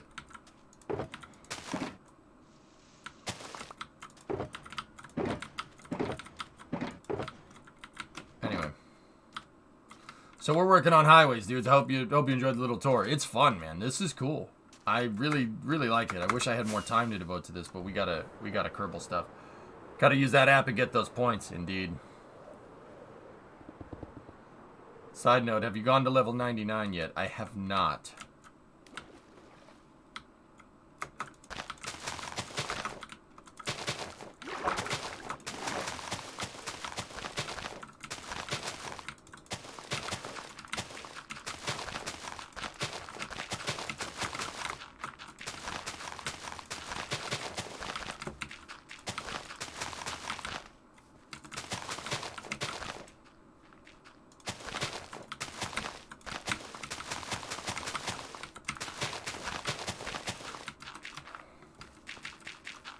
Go to it? Okay. Is that place at the mall? Or am I thinking of something else?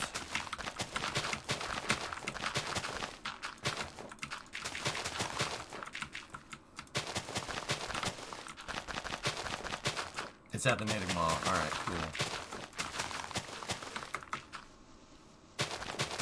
Is it next to the Dave & Buster's, right?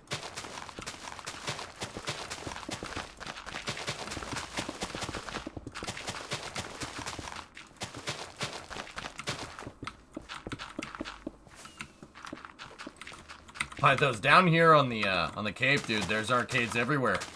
Seriously. There's arcades all over the place. It's kind of weird, actually. But this is a huge vacation spot, right? And the arcades are, you know, like a summer novelty, I guess, dude. freaking arcades. One down the street from my freaking house. It's kind of weird. I'm like, that's an arcade. Alright. I mean, I ain't mad. Natick, isn't that where the Twinkie factory is? So, Family Guy didn't get that exactly right. It wasn't a Twinkie factory. It was a Wonder Bread factory. But yes, it was there. The Natick Mall is where it is right now. Yeah. Natick made bread. Actually, Ford had a plant there too. They made sub-assemblies in Natick as well. There's an old folks retirement home there now. And a Sam's Club was there before that.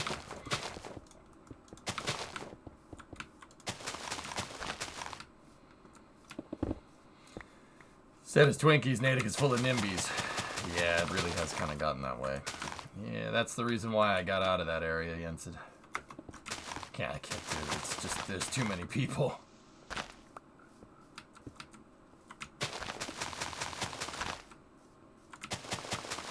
I got Indiana Jones stuck in my head. You were named after a dog? We named the dog Indiana.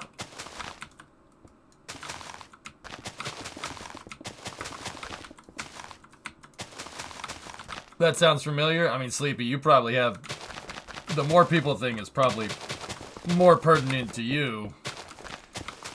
If I remember where you said you hail from the other day, yeah, it's probably a little more...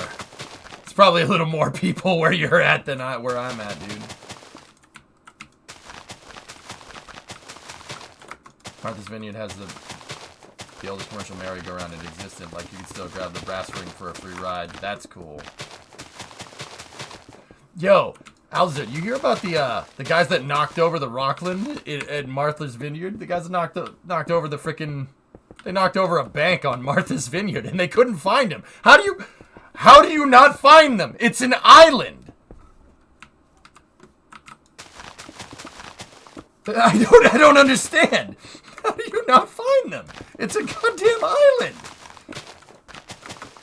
Dumb, but how? No, it freaking worked. Oh yeah, that's a lot of people. So guys, if you haven't heard, like if you're not from Mass, you probably didn't hear about this. But there's a bank on Martha's Vineyard. It's Rockland Trust. That's a bank from like on the South Shore, southern Massachusetts, right? Martha's Vineyard, an island. It only has 1 or 2 ferries going to it like a day, right? These guys knocked over a bank, and they never were found. They robbed the freaking bank. They robbed the bank. Like, there's... It's an island. How did you not... I don't understand. Yo, they didn't get caught. They did not get caught. They got off the island somehow and then got out of Cape Cod, which is... Alright. I don't even know if they... Like, they might still be on the island. They never found them. Robbing banks. Any speedrun bank robbery on an island. Any percentage. I don't get it. It's an island. They never... like to the police, I'm like, are you serious right now? You never found them? Okay. They could afford to charter a boat. That's right. But don't you think they would have had somebody been like, oh yeah, those guys chartered a boat. Dude, nobody spoke up. Nothing.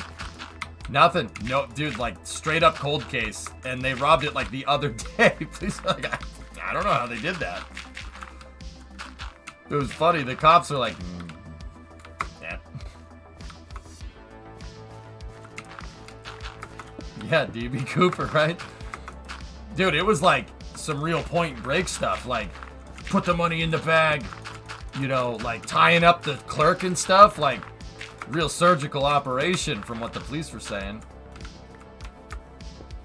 No! Oh, they found him!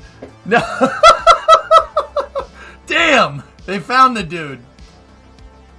Authorities say an arrest has been made in connection with an armed robbery in Martha's Vineyard. Cape and the Islands District Attorney confirmed Saturday that one person connected to the heist, which happened at 8:15 a.m., Thursday at the Rockland Trust in West Tisbury was in custody.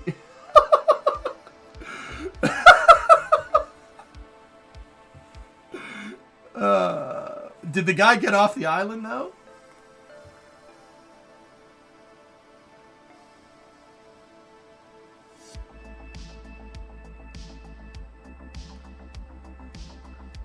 All right, let me read.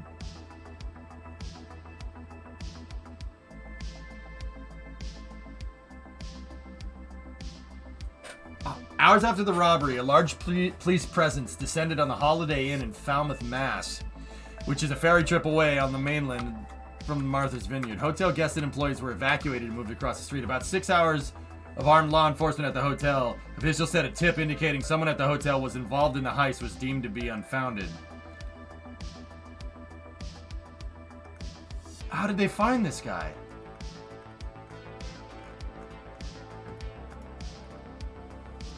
Guess they finished their lobster cakes. Damn! Damn, dude.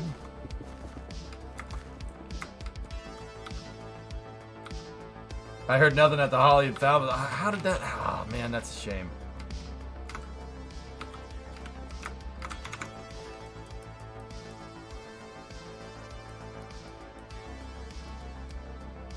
Nah, don't...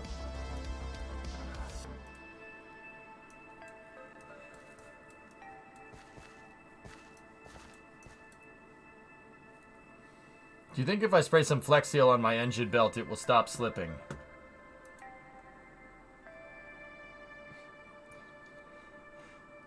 No.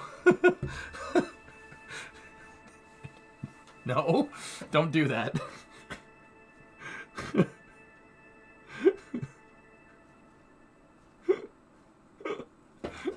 Why is the belt slipping? Oh, cool flagging, yeah. They never found the 3 guys who escaped Alcatraz. Yeah, because they're in the Pacific Ocean.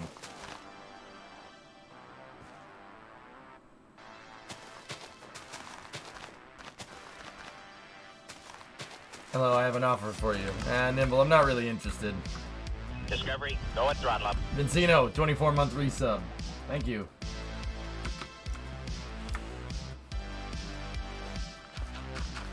Belt dressing, yeah, there you go.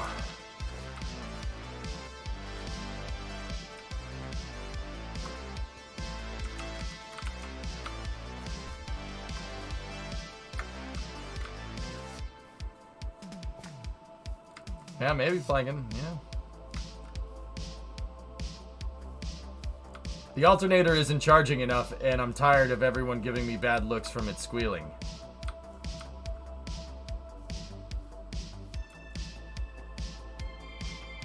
So tension the belt.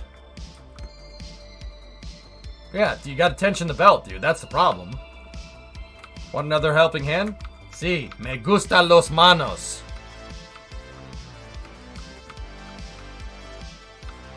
How do you do that?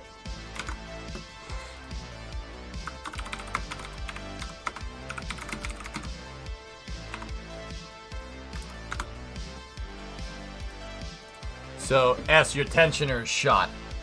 So, there's this thing. See this thing? It's got a pulley on it. This is a tensioner. So, what does it do? You bolt it to the engine, and then there's a coil spring in here. So it's similar to the spring that you know, your car, like you remember have the toy cars, you push it down, you pull it back, and then the spring unwinds and it goes. That's literally what that is. So the tensioner has that spring and it makes it want to turn down. It makes it pushes the pulley up against the belt and tensions the belt. Your tensioner is shot. That's why. That's why it's going squeaky bananas on you.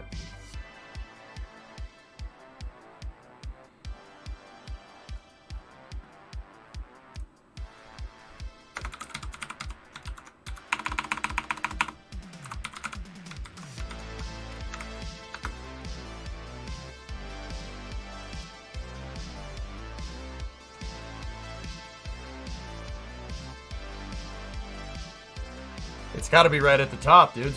Right? Oh, no, there you go. There's your tensioner assembly. Yep, right there. It should be under your alternator. So, S, this is really easy. Tensioners are a joke. you want to take it out, you just undo the bolt. But if you want to detension the belt and put a new belt on first to see if the tensioner is shot, just stick a socket in here and then turn the socket. You should just be able to put a socket wrench in the adjustment socket, right? And then turn it and it'll loosen the belt and you just pull it off. Easy peasy.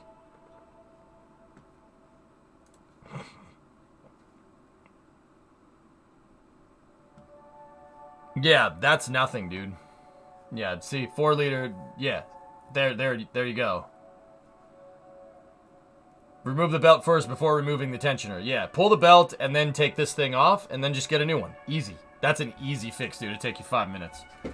Yeah, but I don't want to pull it off. I want to make it tight. See Public Safety Dan's comment.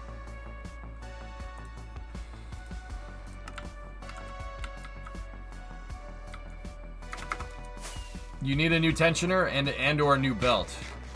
That's all. That's easy, dude. Easy fix.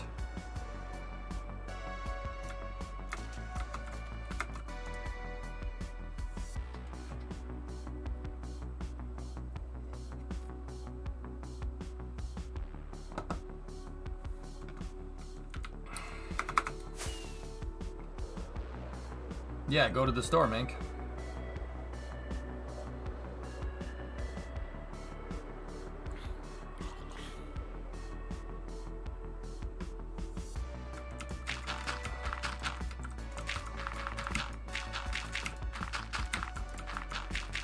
Man, we graded out that road bed pretty freaking fast. World, you out surveying, man?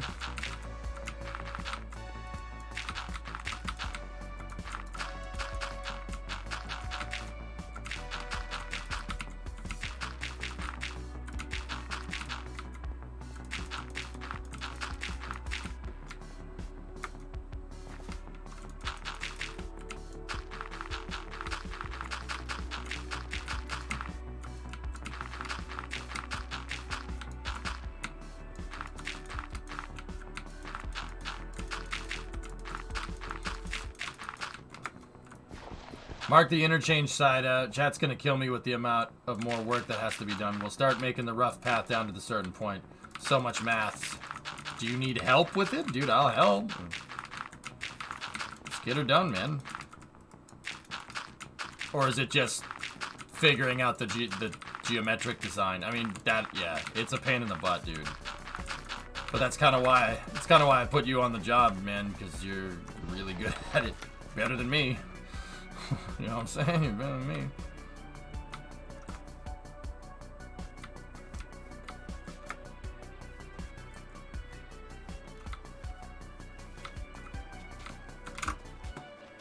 Let's go down here.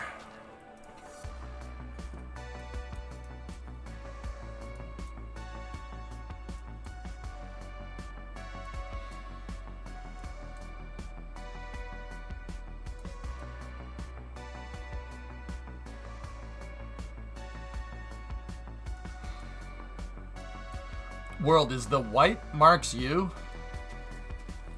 Are the white marks you what you're doing, or?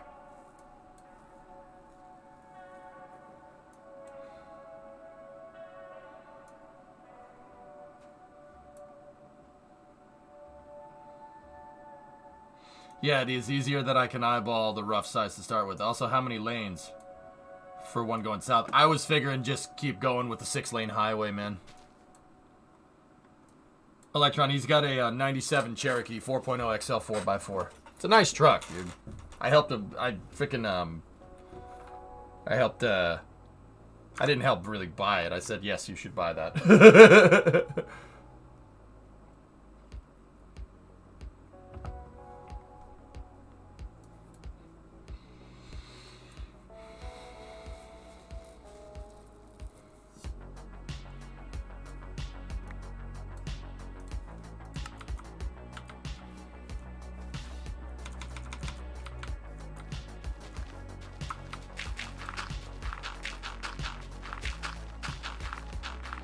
So, Wookie, is 97 off the power steering pump? It's not a spring tensioner?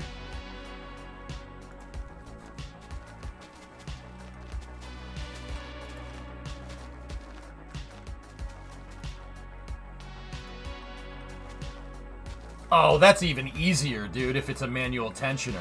Oh, yeah. S, this is a joke, man. You can do this in 5 minutes, dude. Oh, dude, yeah. No, okay, so there's a slot on the power steering pump. This is even simpler, man. You don't even need to buy anything. If you're just... The only thing that I would probably say is if your belt... You'll know a belt is junk if it's dry rotted. If there's cracks in the rubber, then it's trash. Get rid of it. Because you don't want to throw that thing when you're going down the highway. Your car will overheat, your power steering will go out. It would be just as bad as like losing a wheel. You don't want to do that. Power steering goes out, alternator goes out. You know, you're running off battery power, you don't even notice. All the gauges go funky. And then your temperature shoots through the roof because the water pump doesn't work. You don't want to do that. So if the belt's dry rotted, just go and grab a new one. Any parts store. It's not expensive. Not expensive at all. And then when you get the new belt, all you got to do, undo the power steering and loosen it because it's a slot, right? The power steering pump's on a slotted bracket. Just undo the bolt, put the new belt in. There's a diagram on the core support. It should be right when you open up the hood. You look right in. It should be right there. Give you a diagram for how to put it back together, and then pull the power steering pump through this to tighten it as hard as you can, and then tighten it down. It's easy, dude. Not hard. I could literally do it faster than I did the oil change this morning. Hey, watching, what's going on? Is it okay to do it in the cold? Yeah, agnostic of temperature. That doesn't matter. Predominant. Ohio gozaimasu. Predominant sama. Stabu. Ohio. Kongonwa.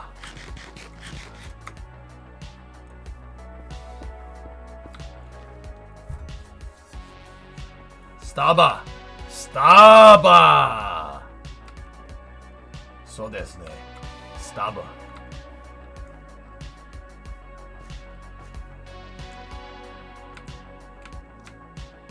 Staba ni iketai yo. I don't know what that means. I probably shouldn't have repeated it. Starbucks in Ohio? Yeah.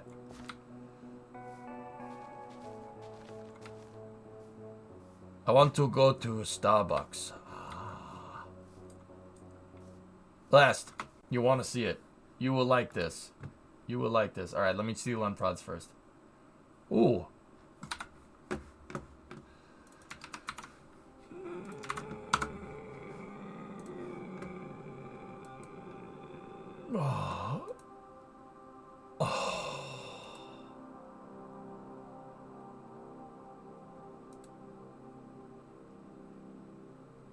Damn, that's cool.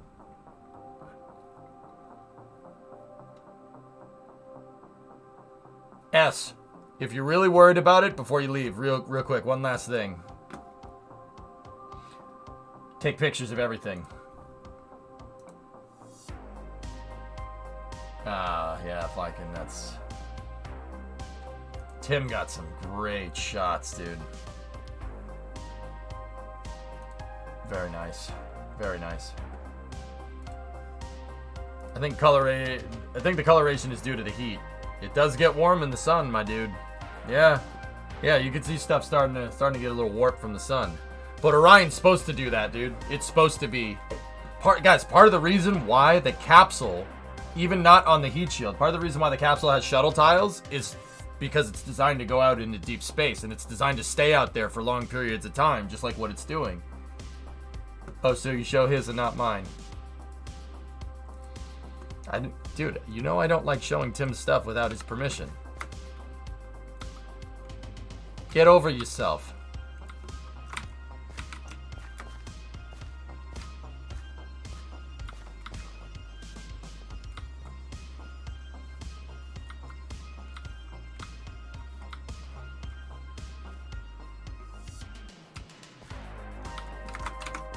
How are we looking on the map?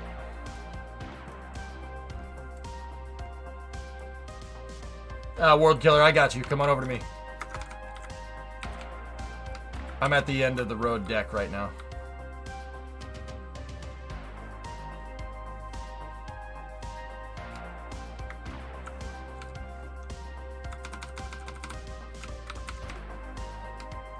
Yeah, no problem, dude.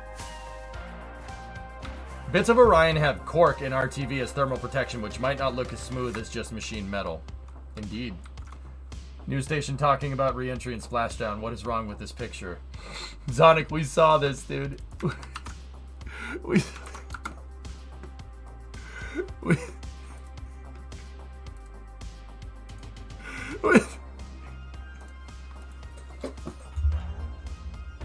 Sonic, I ain't even mad. I ain't even mad, dude.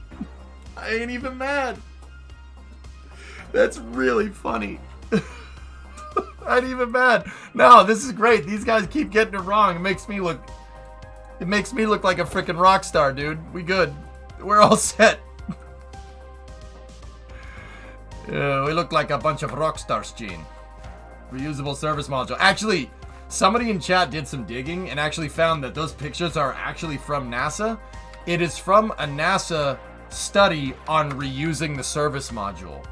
Yeah, so, yeah, we did some digging, unlike them. we did some digging, unlike them. And we actually found that there's a proposal or a study, there was a study for the reusable service module. How'd they, man? Yeah, Rev, that's what I'm wondering. Like, dude, you have to go digging. That's what doesn't make any sense, dude.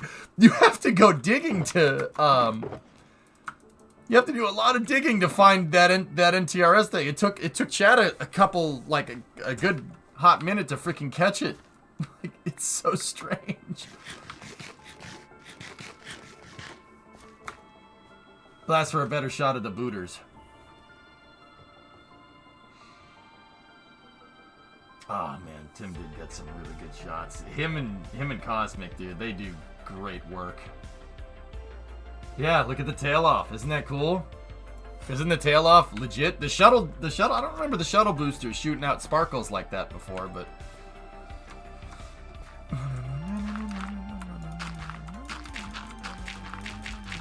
Oh man, all this is getting me hyped to play some Kerbal.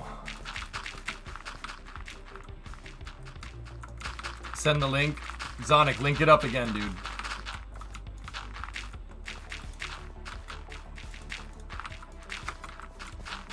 Frankly, recovering the service module got way more successful with Lofted.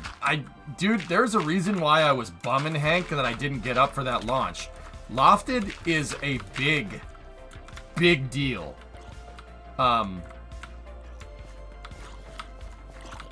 Lofted's a big deal. And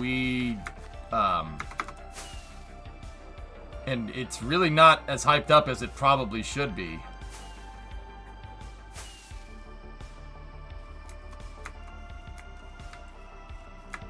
We get the beds out here? Nope, no beds. Alright. The reason why Lofted's kind of crazy and why it could be a big deal down the road is damn it. The reason why it's crazy and why it could be a big deal down the road is because they could scale up to like 20-meter heat shields. They could scale up to bringing down... They've done studies within the Lofted program to bring down ISS modules or Cygnus capsules. Dude. Okay, so like, let me give you an example. Why would that be a big deal with the Cygnus capsule? Okay, or an ISS module. Because bringing down an entire Cygnus is... Now you're getting to like shuttle down mass capability. That's almost shuttle tier. Being able to bring down payloads that the shuttle literally brought up. They said that you could scale the core stage up to, or not core stage, that's where I was going with it. You could scale that up to 20 meters. 20 meters is enough to deorbit the core stage. That's enough to make it.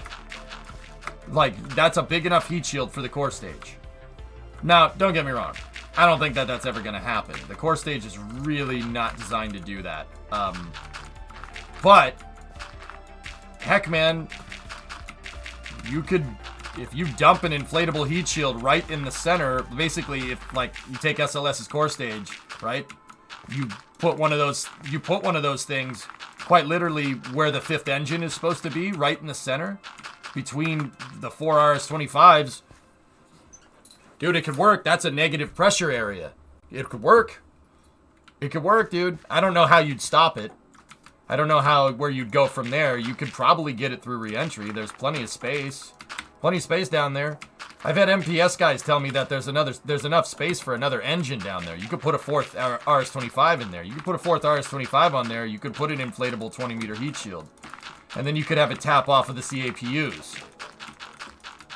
Like, you already have the pneumatic systems down there that are designed to do that.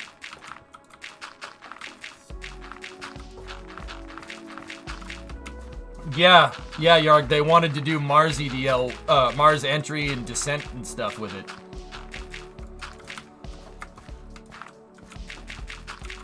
We've had 4 RS-25, sure, but how about a 5th? What? Thank you.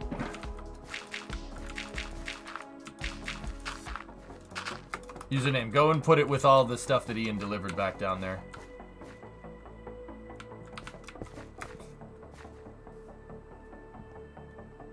There's a little outpost over here. Like, you could bring down a core stage, dude. In fact, we have inflatable heat shields in Kerbal. I'm seriously reconsidering taking my shuttle-derived launch vehicle, literally making it SLS core. Oh, thank you. Literally making it RS-25s instead, so we have that TWR that we're looking for with the 5 skippers. And literally shoehorn a 10-meter down there and bring it down. We should be able to bring it down with parachutes, because parachutes in Kerbal are a little bit easier to do than they are in real life. I don't have to worry about rigging getting tangled or anything like that. Sounds like a cool thing to do between now and GTA. I want to put a little bit more time into Minecraft, dude. So how about we play this for a little bit longer, and then we jump into GTA in a little bit.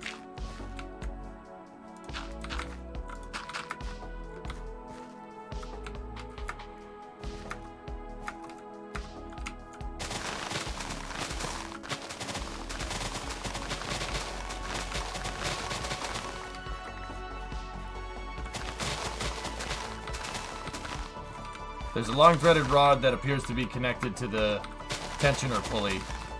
Sent pictures in Discord.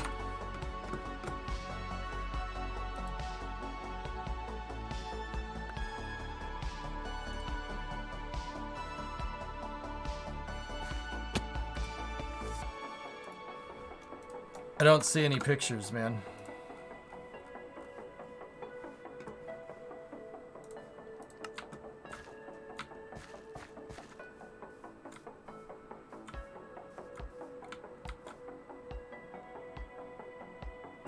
I don't understand what that means, Flecken, but okay. They're still sending my bad. Give it a second. Oh. Guys, did you guys hear? If you weren't here during the auto stream this morning, you know how we were talking about painting the truck? I might not have to. I, by total 100% accident, figured out a way to get the spray paint off, but not the factory paint, which is weird. Did you see Vettel's dad? No, I haven't.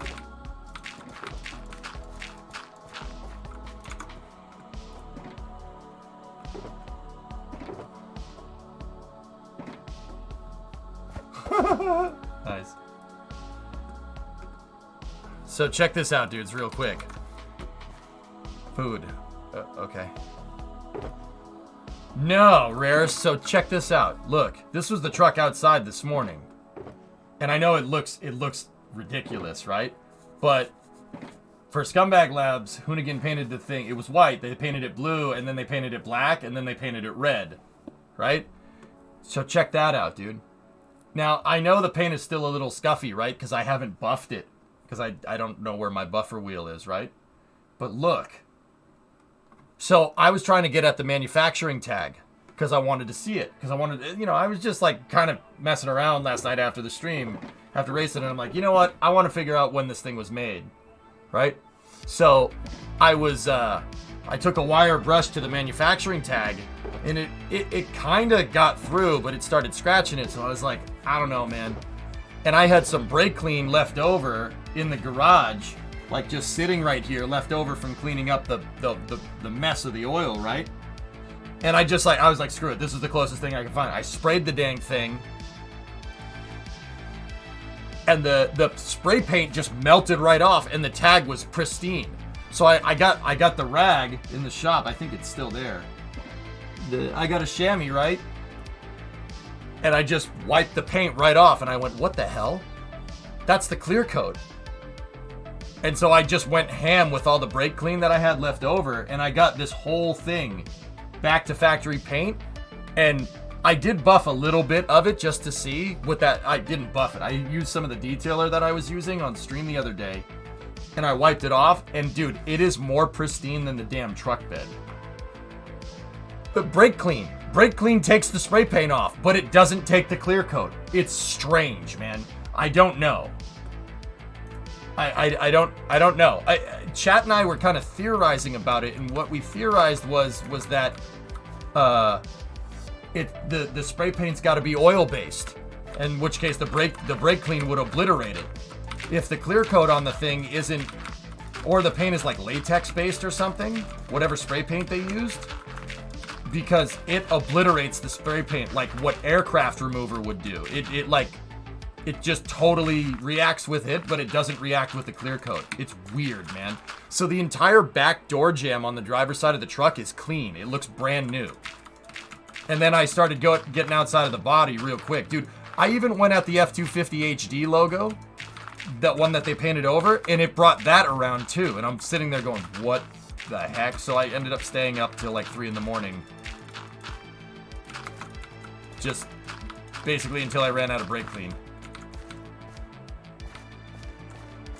It was Walmart spray paint? You think so, Lays? Dude, the brake clean took it right off, but it did not screw with the clear. I thought that whatever I tried to use, any paint stripper or whatever, if I didn't cut it right, it's gonna take the clear coat off, the original clear coat from the truck. It's gonna ruin the factory paint. I was like, I kind of came to terms with the fact that I wouldn't be able to get get the original factory paint job of that truck around, right? This did it.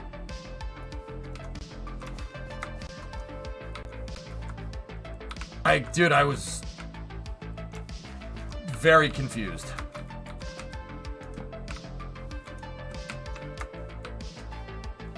It resists gasoline. Dude, yeah, the brake clean didn't blow through it. I'll show you guys. You guys will look at the manufacturing tag and go, what the heck? But the truck's outside right now. I gotta drive it back in.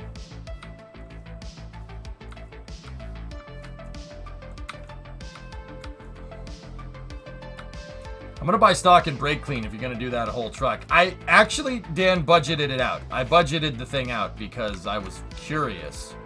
Like, a half can of brake clean did probably about 2 to 3 square feet, right? And what's the surface area of that truck? It's gotta be at least 100, right? Brake clean is what, $5 a can or something? So 100 square feet, the brake clean does, a half can did 2, so a full can does 4, right? So that's 25 cans of brake clean, right? 25 times 5, that's $125. $125 for a nice factory paint job.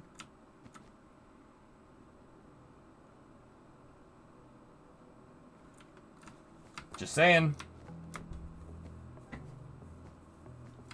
I'm just saying. Still no oil leak? Nope.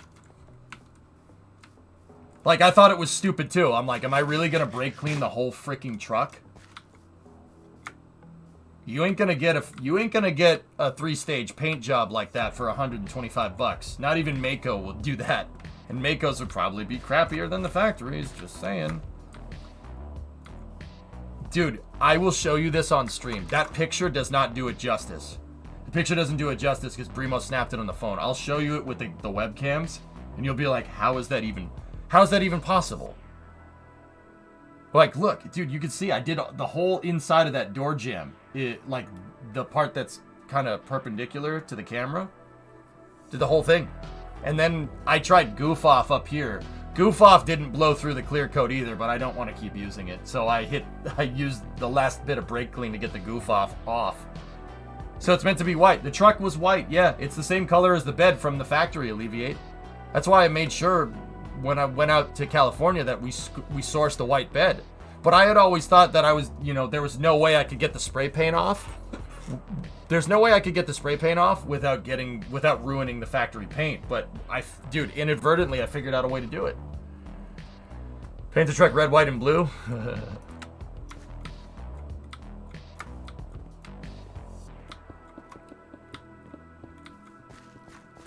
I wonder why someone put spray paint over it in the first place. So Dan, I don't know if you know that truck.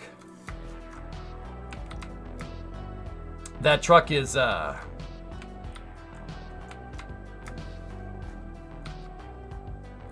truck was Hoonigan's.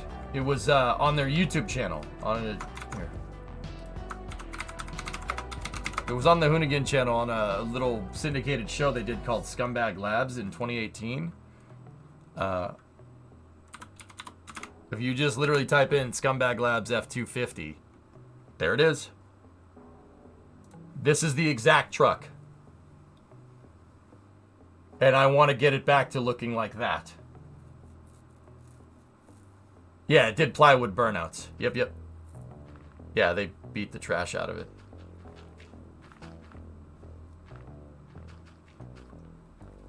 Yep. I have that grill. That original grill right there is painted too, and I might be able to get that off. Yeah. The Route 154 F250 is the F2 Shitty from Hoonigan. Yeah. I don't know if you guys know that. Hurt's a buddy of mine. He streams on Twitch, and that's how I know him. I'll check your pictures in a moment. Yeah, that's the exact truck. They also did some other strange things on Scumbag Labs, but yeah, I wonder if they still have that Firebird. But yeah, that's the Route 154 truck. I fixed this truck in their parking lot. I put the bed back on it, and I cut that damn exhaust out, and I drove it home.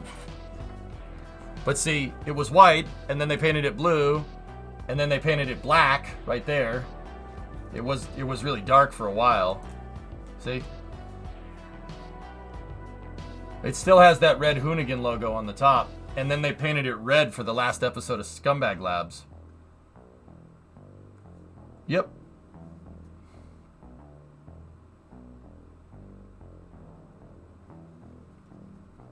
See? It's a great truck. The thing's a tank, man.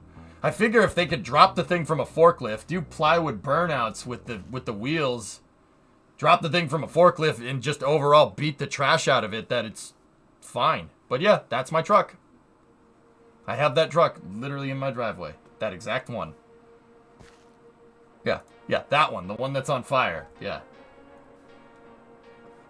Hope you got a hell of a deal for a stress-tested truck. Let's just say I got, yeah, I made out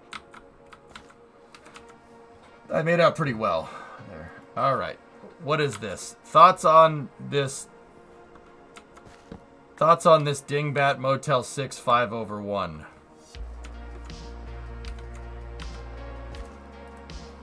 Literally have no idea what that means.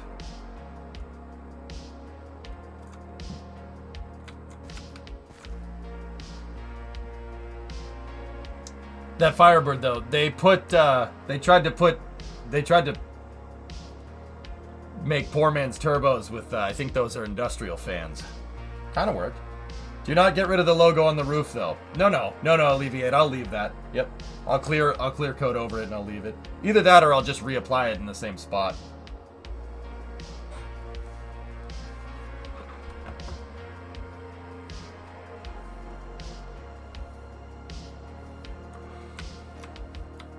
Like Roadkill in the 4-leaf boat. Yeah, the boost caboose. Yeah, they did something like that.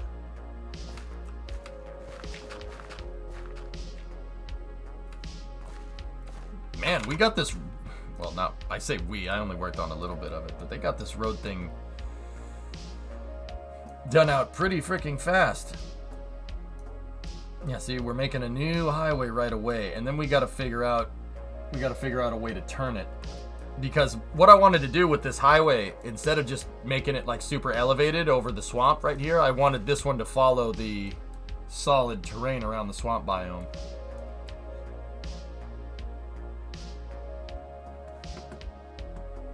Some kid at my school yesterday said someone was going to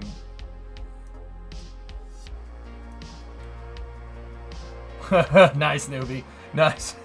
Hey, Rocket League, how are you?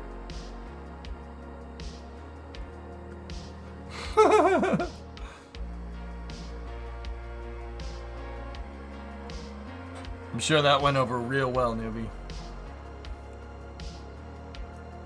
Yep, just building out the highways.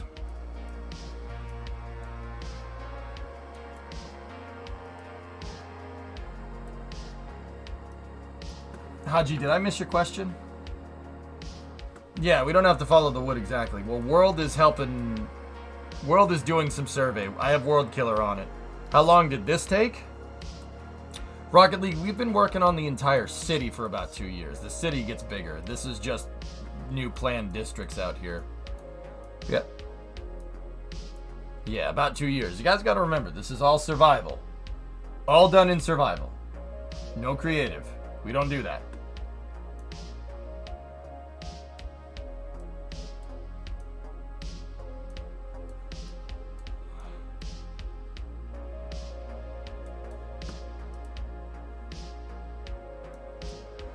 I was checking track of the Artemis site on NASA, and it says it's going 810 miles an hour. Maybe I'm wrong. That feels slow. Yeah, Haji, it's because Earth is trying to pull it back. So, Chad already explained it, but just in case anybody else was curious. In orbital mechanics, it's always a balance between kinetic and potential energy. All right? So, you have apogee and perigee, or apoapsis and periapsis, when you have... It's apoapsis and periapsis in an orbit, okay? So there's the high point in the orbit and the low point in the orbit. The AP is the highest point, PE is the lowest point, okay? So I explain it like that, high point and low point, but what AP and PE really are a measurement of your speed. Apogee is the slowest point in your orbit when potential energy is maximized and kinetic energy is the lowest, right? Perigee is the opposite of that. Highest kinetic energy, lowest potential energy. Why? Well, because you're going around the grav well, right? You're going around the grav well. Think if you like took an orange and you threw it up in the air, right? What's gonna happen? Gravity's gonna pull it back down, right? But if it starts coming back down and it's going fast enough, it'll miss and just keep, and it'll just like think like juggling almost. Same idea, right?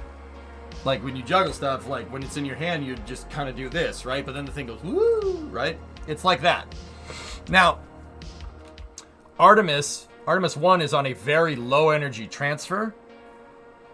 So that means that it's because it's a very low energy transfer, it's gonna really slow down. Yeah. It's basically Artemis is basically kind of going out where the moon's going to be, and then when the moon gets near it, it'll collect it, if that makes any sense. The moon is going towards where the capsule is, and the capsule's going really slow, and then the moon orbits into position, and it'll pull it in. Because, yeah, and you know what's crazy? It'll slow down, and when the moon's gravity gets more than Earth's gravity, like, i.e. when the moon gets closer, because the moon has 1/6 the gravity, because it's similar composition to Earth, but 1/6 the size, right? When the moon starts to get close, at that particular point, right, the moon's gravity will be, the pull from the moon will be more than the Earth, and it'll pull it in. Yeah, crazy, right? And then, Haji, what you should see with the Artemis capsule is that come Monday morning, it should be going fast again. It'll accelerate again. It's really cool stuff.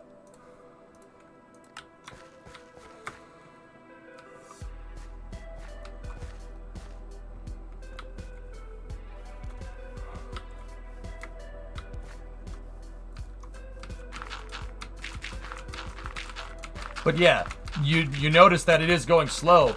It's because it's on a really low energy transfer, and the lower energy transfer, when you get out to apogee, or the AP of that lower energy transfer, the AP just happens to be at where the moon's orbit intersects, right? Because that AP is so damn far away, it's 250,000 miles that way, so we're like 380,000 kilometers up, right? Because it's so ridiculously far away, you know, and Earth's trying to pull it back, it actually slows it down. But it slows it, Earth's gravity is actually going to slow it down right when the moon comes in. It's a really choreographed ballet. And this is what I mean, that, like, Haji, this is what I meant, like, this entire time when I was saying, like, the moon literally has to be in the right place. This is why they choose to launch when they choose to, right? Because this whole choreographed ballet has to go right. If the moon ain't in the right place, you're gonna miss. You're gonna miss, or you're just gonna come back to Earth, or the moon will be in the wrong spot and shoot you into the sun. Well, solar orbit if you want to be technical. But yeah, it's really cool, dude. It's a really, really crazy kind of... It's a really crazy mission. We're going back to the moon, but this time it's not going to be exactly like the Apollo missions. The Orion's insertion orbit for any Artemis mission in the future is going to utilize these lower energy transfers.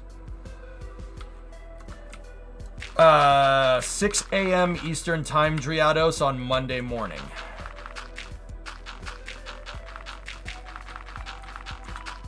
See my last for a blessing from the Space Cowboy itself, from the Space Cowboy himself. Tori blesses us with amazing angles. Nice. Cool, thanks.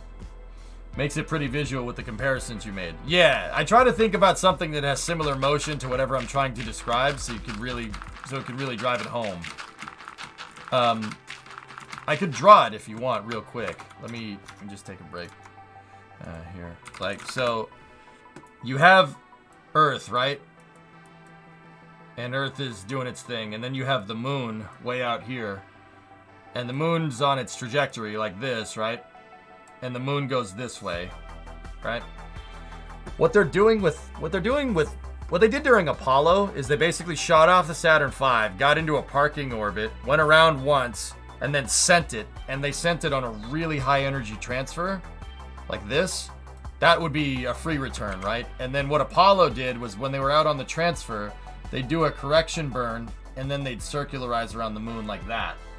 And then when they were ready to go home, they would shoot it off, right? And the trajectory kind of goes like this.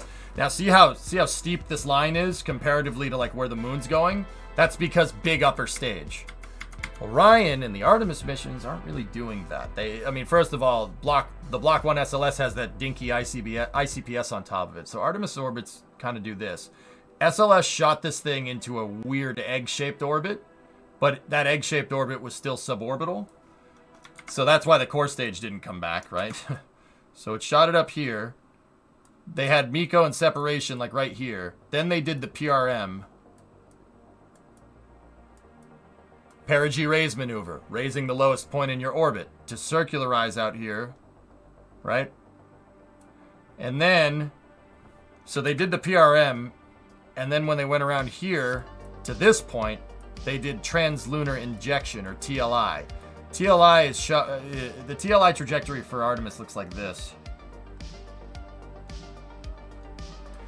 See what I'm talking about? The AP of that TLI insertion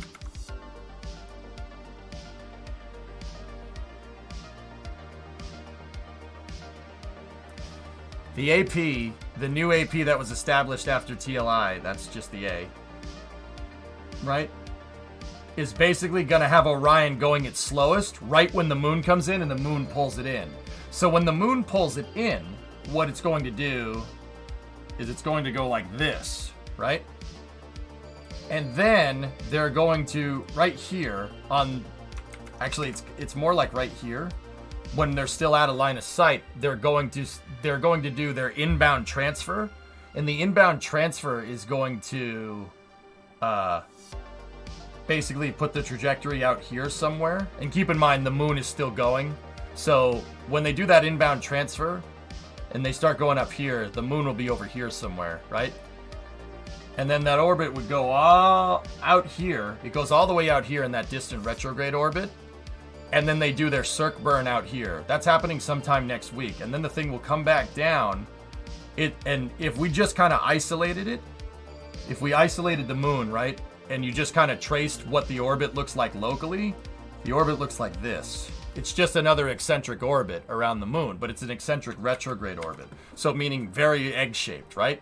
So that very egg-shaped orbit as the moon is going is going to look like this. You have a low PE around the moon and a very high AP. The AP would be out here somewhere. And then it's going to come back down, right? It'll come back down and it'll go through here like this. And the next time it gets near the moon, they're going to do an outbound transfer right here, right? And then come right back to Earth. Pretty crazy, right? Dude, it's a nutso mission. It's freaking bananas. That's what I mean about the moon being in the right place. And I probably should have told you guys this. That distant retrograde orbit is very, very wide. The moon has to be in the perfect spot. If it's not in the perfect spot, you're going to have a bad day. Yeah, the apocynthion for the moon is like way out here. Long way away.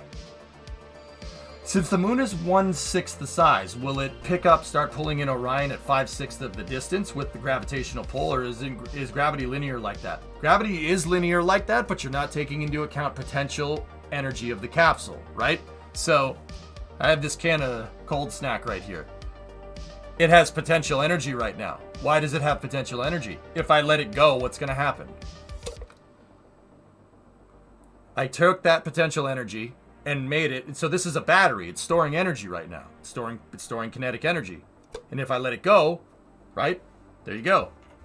Kinetic energy was applied and it went into my hand. I'm storing the potential energy again until I put it down on my desk, right? So the capsule on its way out has a lot of potential energy like that. There is a medium here. There is a medium that's right around here. Right there. That's called a Lagrangian point, or L1. Actually, it's called EML1. Earth-Moon Lagrangian point 1. It's right here. It's 5/6 of the distance, right?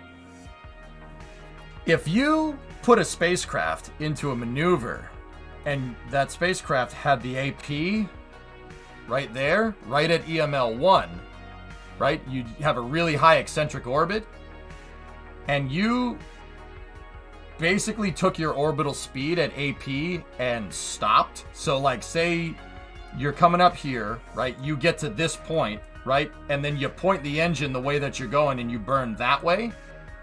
And you slow your orbital speed to 0. You basically maximize potential energy. You literally move 0. You're moving 0 meters a second relative to Earth. That's a grav well. You can get stuck there. They've talked about putting space stations there as kind of an intermediary between the Earth and the moon. Why? Well, you'd want to put a space station here because then you don't need to circularize around the moon. You could save something else for that. And EML1 does go with, it rotates in reference to the moon and the Earth. It always stays between the Earth and the moon. It is a neutral point in gravitational space where Earth's gravity and the moon's gravity literally cancel. Crazy, right? Fun fact, there's another one out here. There's another one that's actually way out here where the moon and Earth actually pull you the same. Their gravities actually cancel each other out. It's called EML2. And the even nuttier part of this, Haji, is that you can orbit around that neutral point in gravity. You can orbit around those neutral points in space if you really know what you're doing. You know how I know?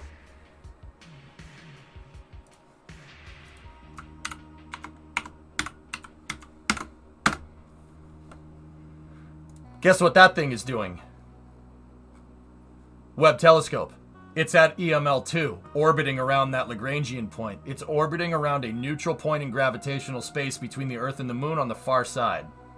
Or wait, no, is it not? It's Earth solar. It's Earth Sun 2, L2, excuse me. Not the moon, but you get the idea. Yep, that's where that thing is. Is it EML2? No, it's Earth Sun. It's Earth Sun Lagrangian point. The same thing exists with the Earth and the Sun. Aren't there like 5 or 6 Lagrangian points? Yes. Lagrangian points are neutral points in gravity between celestial bodies. There are points where the gravity from each planet literally cancels each other out. L1 is right there. L2, L3, L4, L5. Any gravitational body. There's an Earth-Jupiter Lagrangian point, theoretically. Well, not theoretically. There absolutely is. Yeah, weird. So, another interesting thing.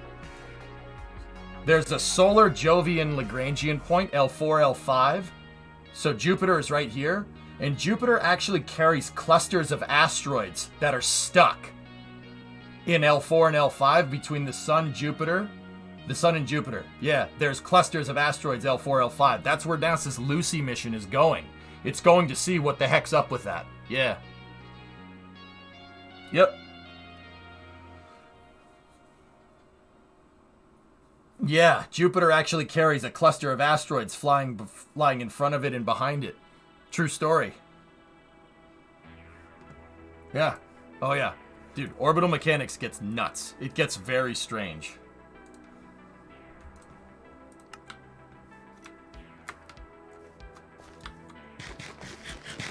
Yep. Pretty cool, huh? How tight should the belt be? Like if I... low E guitar string, S-Master. Yeah, you should be able to twang it. It's got to be tight or else it's going to slip.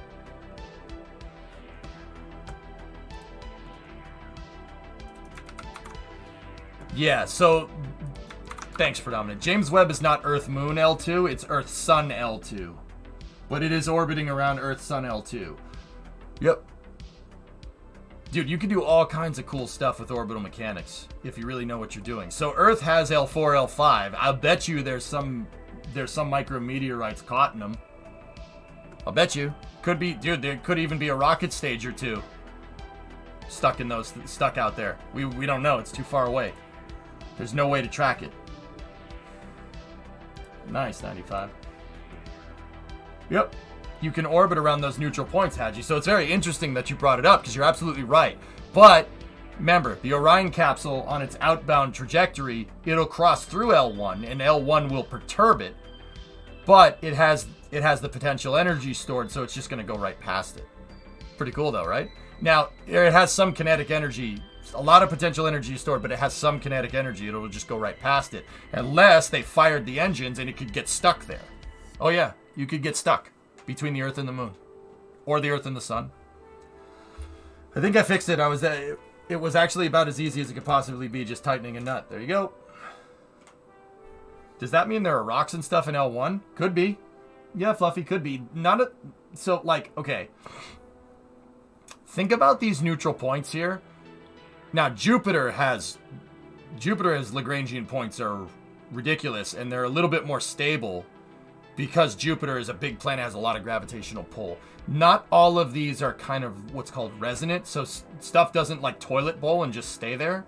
You have to have thrusters or a solar sail or something to keep you in the right area. Now, James Webb has both of those things. It has a thruster and a solar sail, and it just orbits around L2, which is pretty crazy, right? Now, there could be stuff here, but what more likely... Now, why are these unstable? Didn't you just say it was a neutral point in gravity? Well, of course. There's these things called orbital perturbations. So, this Earth-Moon-Sun diagram that Predominant here showed me, well, guess what? L1 is near Venus's orbit. L1 is near Venus. So, if something does end up getting caught in L1, Venus is going to fly by and pull it away. It'll pull it off. It'll pull it out of L1. Or Mercury, or, if it's L4, L5, Mars could fly near it and just pull it away. Everything affects everything in space. This is what relativity is about. That's what Einstein's theory is about. Everything is affecting anything. Everything with gravitational pull is affecting another thing.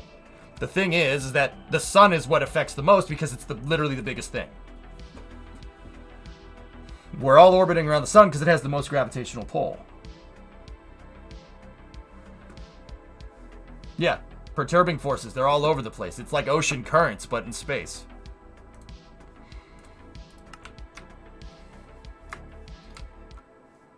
What are the governing bodies for satellites? If commercial spaceflight gets to a point that it's extremely affordable for a small science... Artemis Accords is kind of what's governing it right now, rarest. Can you link that image, please? Predominant, link up that image again. Yeah, even you and I have gravitational pull. But the thing is that there's this big, gigantic rock that we're all on that has way more gravitational pull than any of us. Maybe your mom is enough to change it. But who knows? Heck, guys, you want to hear something nuts? Actually, speaking of things on Earth that can affect orbits a little bit. The Three Gorges Dam in China, it's the biggest dam. It's the biggest dam in the world. That screws the tides a little bit, and it screws it. I forget exactly what it messes with, but that structure is so ridiculously big, it actually does screw with Earth's orbit a little bit. The perturbing effects have been observed, which is actually kind of weird. Yeah, the Three Gorges Dam. Oh yeah, it screws with Earth's orbit just a little bit. It's a big, heavy block of concrete. Of course it's going to screw with the orbit.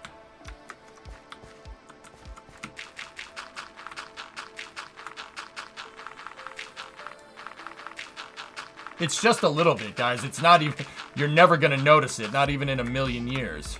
But it does. It does have perturbing effects, a mass that big. Kind of crazy, right?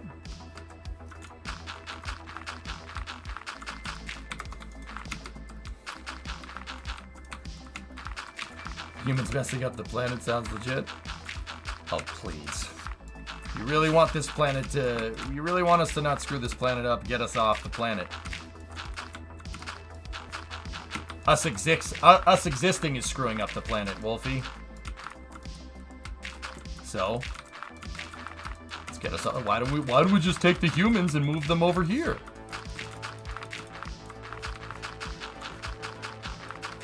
I mean, Mars is already screwed up, so we'll be fine there.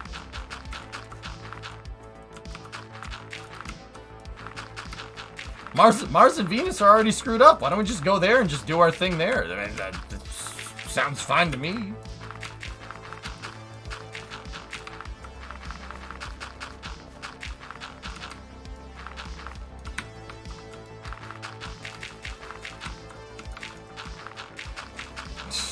Nice SKS, there you go.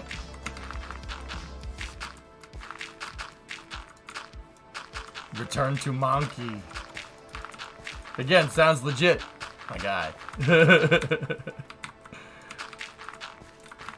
Pretty cool though, right? Yeah, orbital mechanics are cool, man. That's really, really something cool to study. And Kerbal actually drives it home really well. But it doesn't get into perturbing effects. Those perturbing effects are not in KSP, unless you get a mod for it.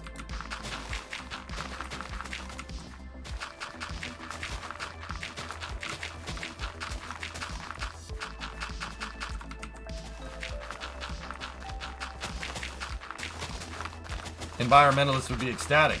Yeah, Pearsell, I agree with you, which is why I always thought it was funny when environmentalists get pissed off at rockets and say they pollute. Okay, sure. Yeah, you're right, it pollutes. Man, short-sightedness, dude. It's very short-sighted.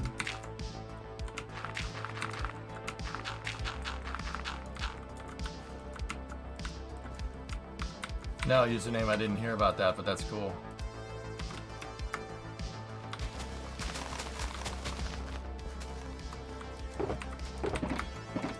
I always thought that was really funny. They're so quick to hit the outrage button. It's like, if we figure out like space travel, we can get off this planet and prevent like overpopulation or something. Like that seems like a worthwhile cause for, saving the planet or something.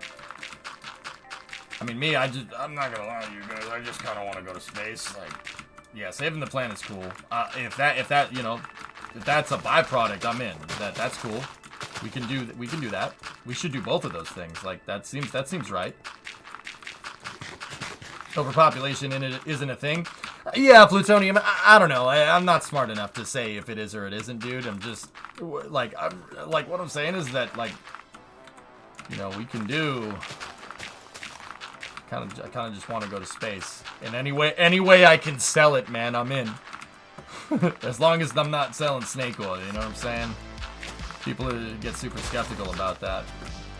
Like if it's a real way to do it, and hey, getting us off this planet and moving humans into space, like, and creating new habitats, new civilizations on other planets, if that's a way to help this planet, keep it the way it is as we know it, right? Yeah, dude, that's another way to sell it. I'm in. Let's do it. We'll sell it because you can. Plutonium, don't lie to me. You can definitely sell it in this. You could sell it like that in this day and age, and it'd be fine. And you're not selling snake oil. It's the truth. You know, it's not bullcrap. That's absolutely true. And that's what I mean. Like, you know, you can not think climate change is the thing or whatever. Like, it doesn't matter. The way I'm selling it here, it doesn't matter what you think. It's just a good thing to do. Trust me, I've had all the time in the world. I've had all the time in the world to think about this, man. Mars 1. What happened to that guy?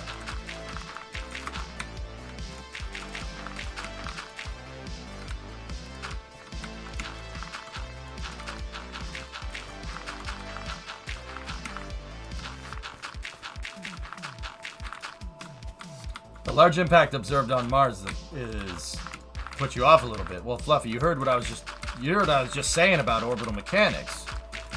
Everything's affecting everything. The large impact, dude? All right. So you're telling me meteors hit Mars. Meteors and asteroids hit Earth all the time. They just burn up in our atmosphere. It literally happens all the time. So you're telling me that happens on Mars? I don't get taken aback by it. That just seems normal to me. Space is a violent and chaotic place, dude. It is really freaking hardcore. What inspired you to build this really cool world? Pandemic, Rocket League, believe it or not. Yeah, the pandemic is what did it. My community, everybody was home, and I was like, dude, let's do a community Minecraft project. Get everybody's minds off how crappy everything is. And we just kind of, you know, everybody's home, they had nothing to do, so we all just played Minecraft. It worked.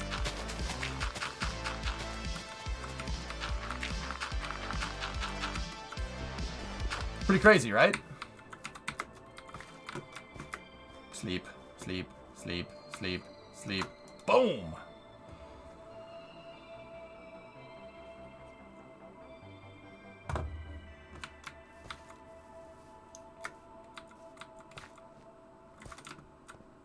Like, yeah, Plutonium, I try to come up with ways to sell people on spaceflight that, you know, people can't say no to. You know what I mean? Like, it's the right move. It's common sense, and if you want to sell it out from an environmental standpoint, you can do that, you know? You know, part of my job is telling people that spaceflight is a very, very vital thing. We have to. We gotta go. We gotta go. Humans have a curious mind, and if we don't satiate that curiosity, we will find ways to satiate, well, our curiosity with blowing the other guy up. Yeah. Meaning that, you know, if we're not allowed to go out and spread our wings, it's gonna turn into a boogaloo down here. You know what I'm saying? I don't want that. You don't want that. No one wants that.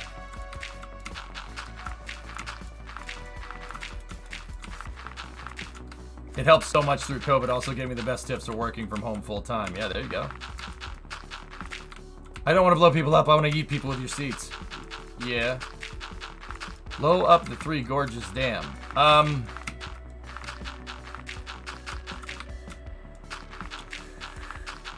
Yeah, I don't think that's a good idea.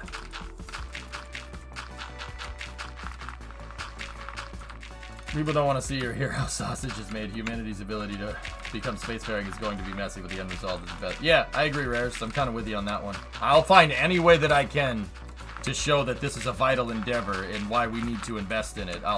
If it's selling it from an environmental standpoint, if it's selling it from a curiosity standpoint, I don't care. It's so worth it, dude. You have to. And, you know, it's pretty freaking cool. There's also that. I could sell it, you know, we sell it like that. Dude, it's freaking cool. Spaceflight is cool. It's really freaking cool. Like, I could sell it on that alone. It's freaking awesome. Go see a rocket launch. You'll see exactly what I'm talking about. It's like, wow, that's going to space. That's really neat.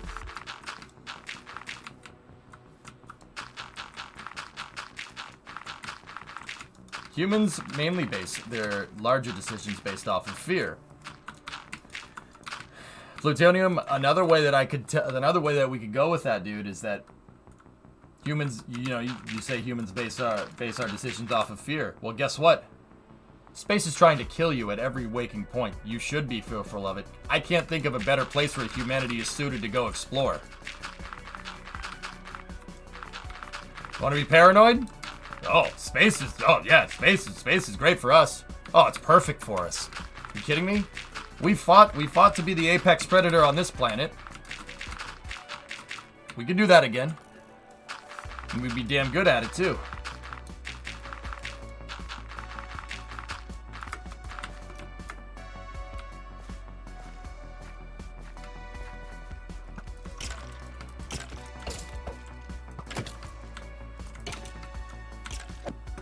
Get out of here. Okay. Let's explore Clandathu. Yeah. No. There's bugs there. I don't like bugs.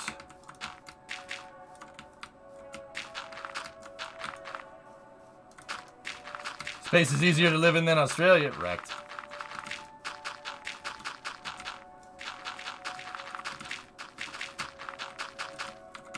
As long as there isn't space spiders, I'm kind of with you on that one, Jim.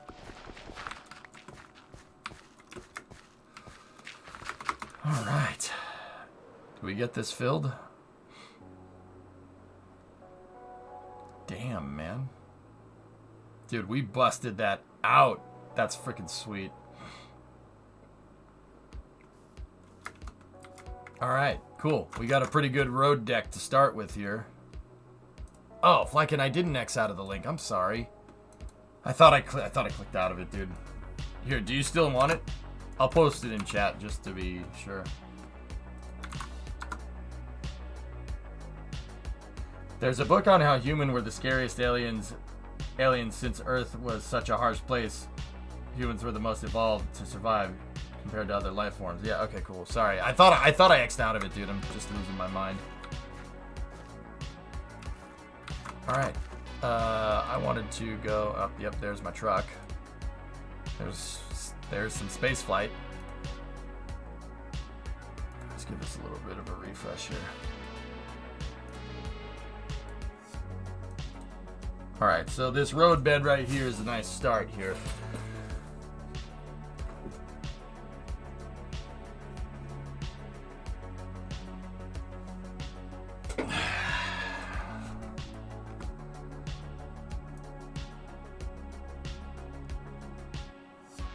All right, dudes.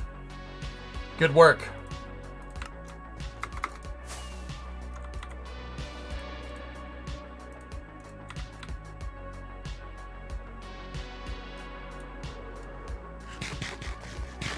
Once World Killer has this a little bit more sorted out, then we'll figure out the rest of the road bed here.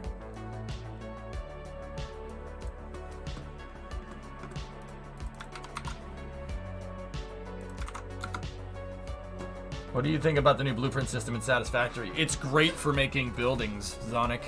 I find that I had more fun making buildings with it than I did with anything else. I just linked it, Permac. It's in chat over there. It's just it's royalty-free synthwave that I found. It's quite good, actually.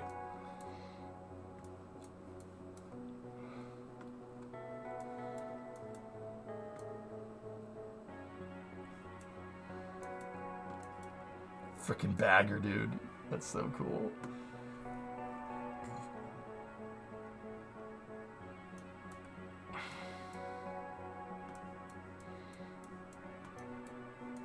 Alright, dudes. You want to play some Kerbal?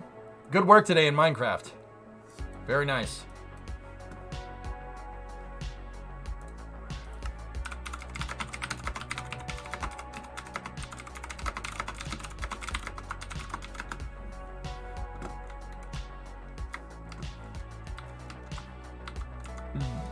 Nah, Lemprod, don't worry about it just yet.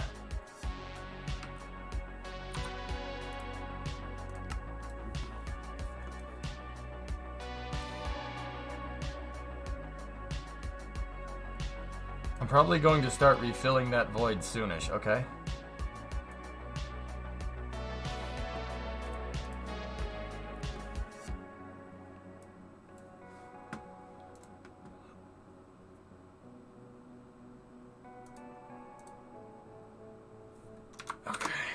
So, we will continue working on Minecraft, not next weekend, but the weekend after, dudes. Because, yeah, Thanksgiving.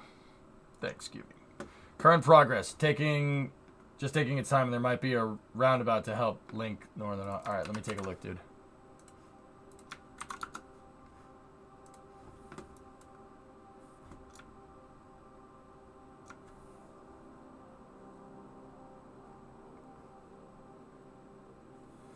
Jeez, man.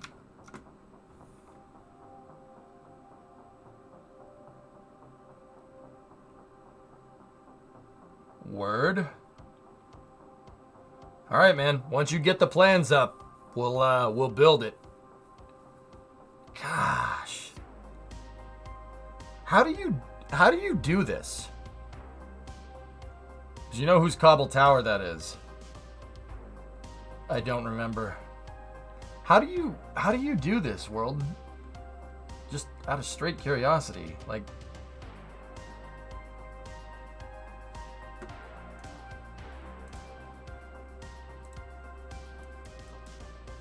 you're not using this.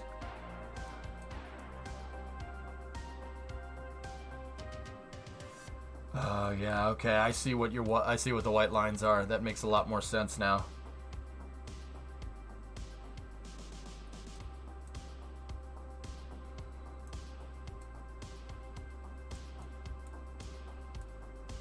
What's your favorite part of the map? I really like the marina that we made Alleviate with the bridge and everything. I really like this part of the map. I think it's really neat.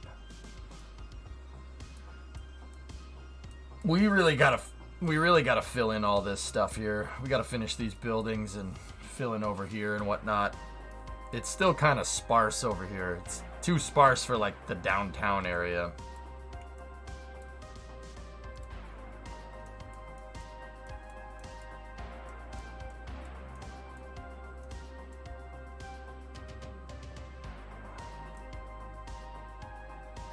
Do you have a name for the city? No, not really, Rocket League. Just EJ's community city, I guess. World edit, then count blocks. This helped a lot. All right, let me see something real quick. Signs telling you what the radius of each section should be. Mark the important point with signs telling you what the radius of... Roads are pretty neat to look at sometimes. Why do we need curved roads?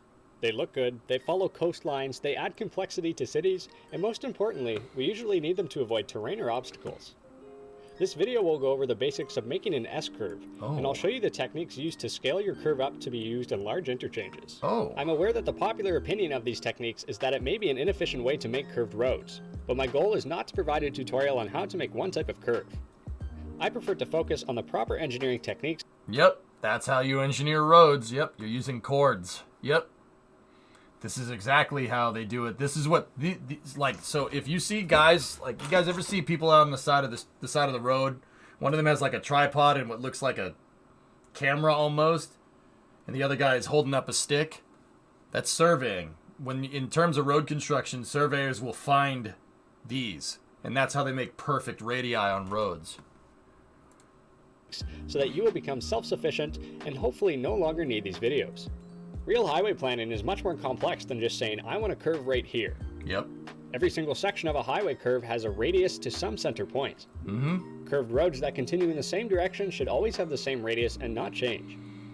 If you decide to tighten the curve halfway through the turn because you didn't plan it properly, the drivers of the vehicles will be forced to keep turning the steering wheel more and more. This design is almost guaranteed to cause accidents. Yep. World Edit makes curved roads significantly easier, but if you search Minecraft circles, you can also make them by hand. Obviously, if you're building them by hand, you don't need to make the entire circle, as we will see in a minute. I will show you how to make an S-curve, switching from an outside radius of 30 into another turn with a radius of 50. It is important that we understand the basic math behind curves. Yep. For a simple 90-degree curve, each section of the road has a different radius. For this example, we will have the interior of the sidewalk, the top of the curb, the bottom of the curb, a section for water runoff, and a center line. Both sides of the roads are identical, so just repeat everything on the other side. If you're using World Edits, make it out of wool and just replace the proper blocks after. The first step is to build a template for the two curves. Mark the important point with signs telling you what the radius of each section should be. The next step is to pick a center point for the first circle and mark it by either writing down the coordinates or placing a block in the middle. From here, make your circles using World Edits or partial circles by hand. Before we build the second curve, we need to understand a math concept known as the unit circle. Applying this concept will significantly reduce the amount of guessing you have to do. The unit circle is used all the time in math. It is defined by a radius of 1 always. The unit circle is on an xy graph centered at 0, 0. The coordinates are read as x, y. I'll spare you the math, but you use the Pythagorean theorem to calculate the following value, 0.707. Here's the math on the screen if you want to pause it. Oh, come back, you. We know the circle's radius is 1, which is our hypotenuse. We also know that the point at 45 degrees has 2 equal sides, so we can simplify a squared plus b squared equals c squared to a squared plus a squared equals c squared, since a squared equals b squared. Yep. Therefore, 2a squared equals c squared. But since c equals 1, 2a squared equals 1, a squared equals 1/2. A equals plus or minus the square root of 1/2. Yep. Yep. Yep, there it is. Yep. That's cool, man. You don't need this number for 90 or 45 degree curves, but the unit circle helps plan S-curves. There you go, Rarest. Yep. An S-curve is made from 2 separate curves connected at a point. For this example, we will be connecting at the 45 degree point of each circle. If you are looking for a mathematical challenge, you can connect the 2 sections of any point along the curves. Let's do some math real quick. We want to know where to place the center of the larger circle so that the 45 degree points line up perfectly. I have decided to choose an interior radius of 50 blocks for the second curve. Using the value we found earlier, we can scale up 0.707 by a factor of 50, which is our radius. 50 times 0.707 gives 35.4, but since our Minecraft radius starts around the very middle of the block, we need to add 0.5 and then round.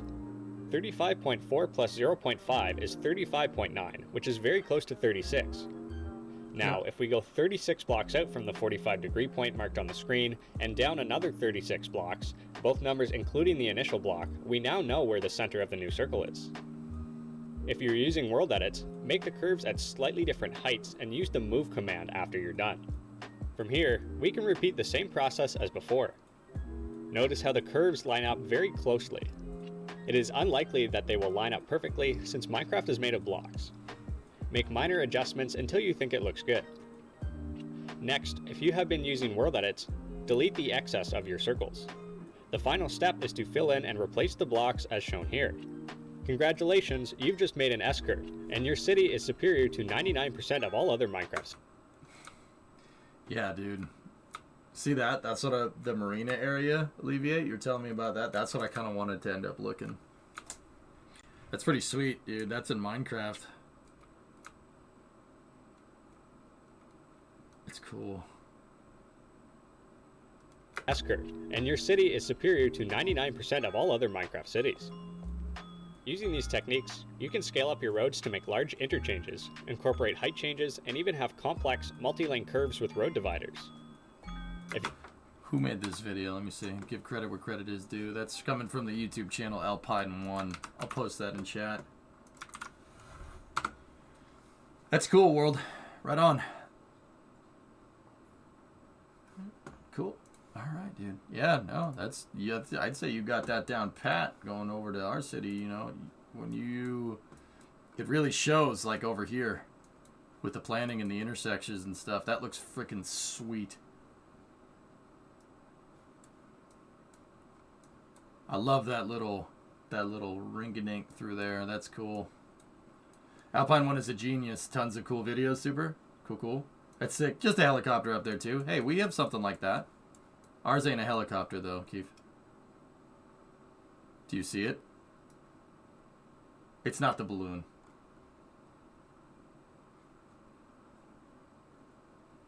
Do you have any ideas that are going to build next? Well, we're working on this highway, Rocket League. We're working on a highway because I want to make an industrial area down here. This is Minecraft? Yep. That's what we're trying to do. That's why I was looking up road building. You see, we started grading out areas where we want this road to go. And we want I want to make a highway extend down here, and then I want to start building out industrial ports and stuff. And then, you know, like factories and whatnot. We'll build like a huge, like a car factory or something. That would be cool. Bro, how? Reindeer, dude, where have you been, dude? We've been playing this every Saturday since like 2020, man. For the most part, I mean, within reason. Sometimes I don't, but yeah, community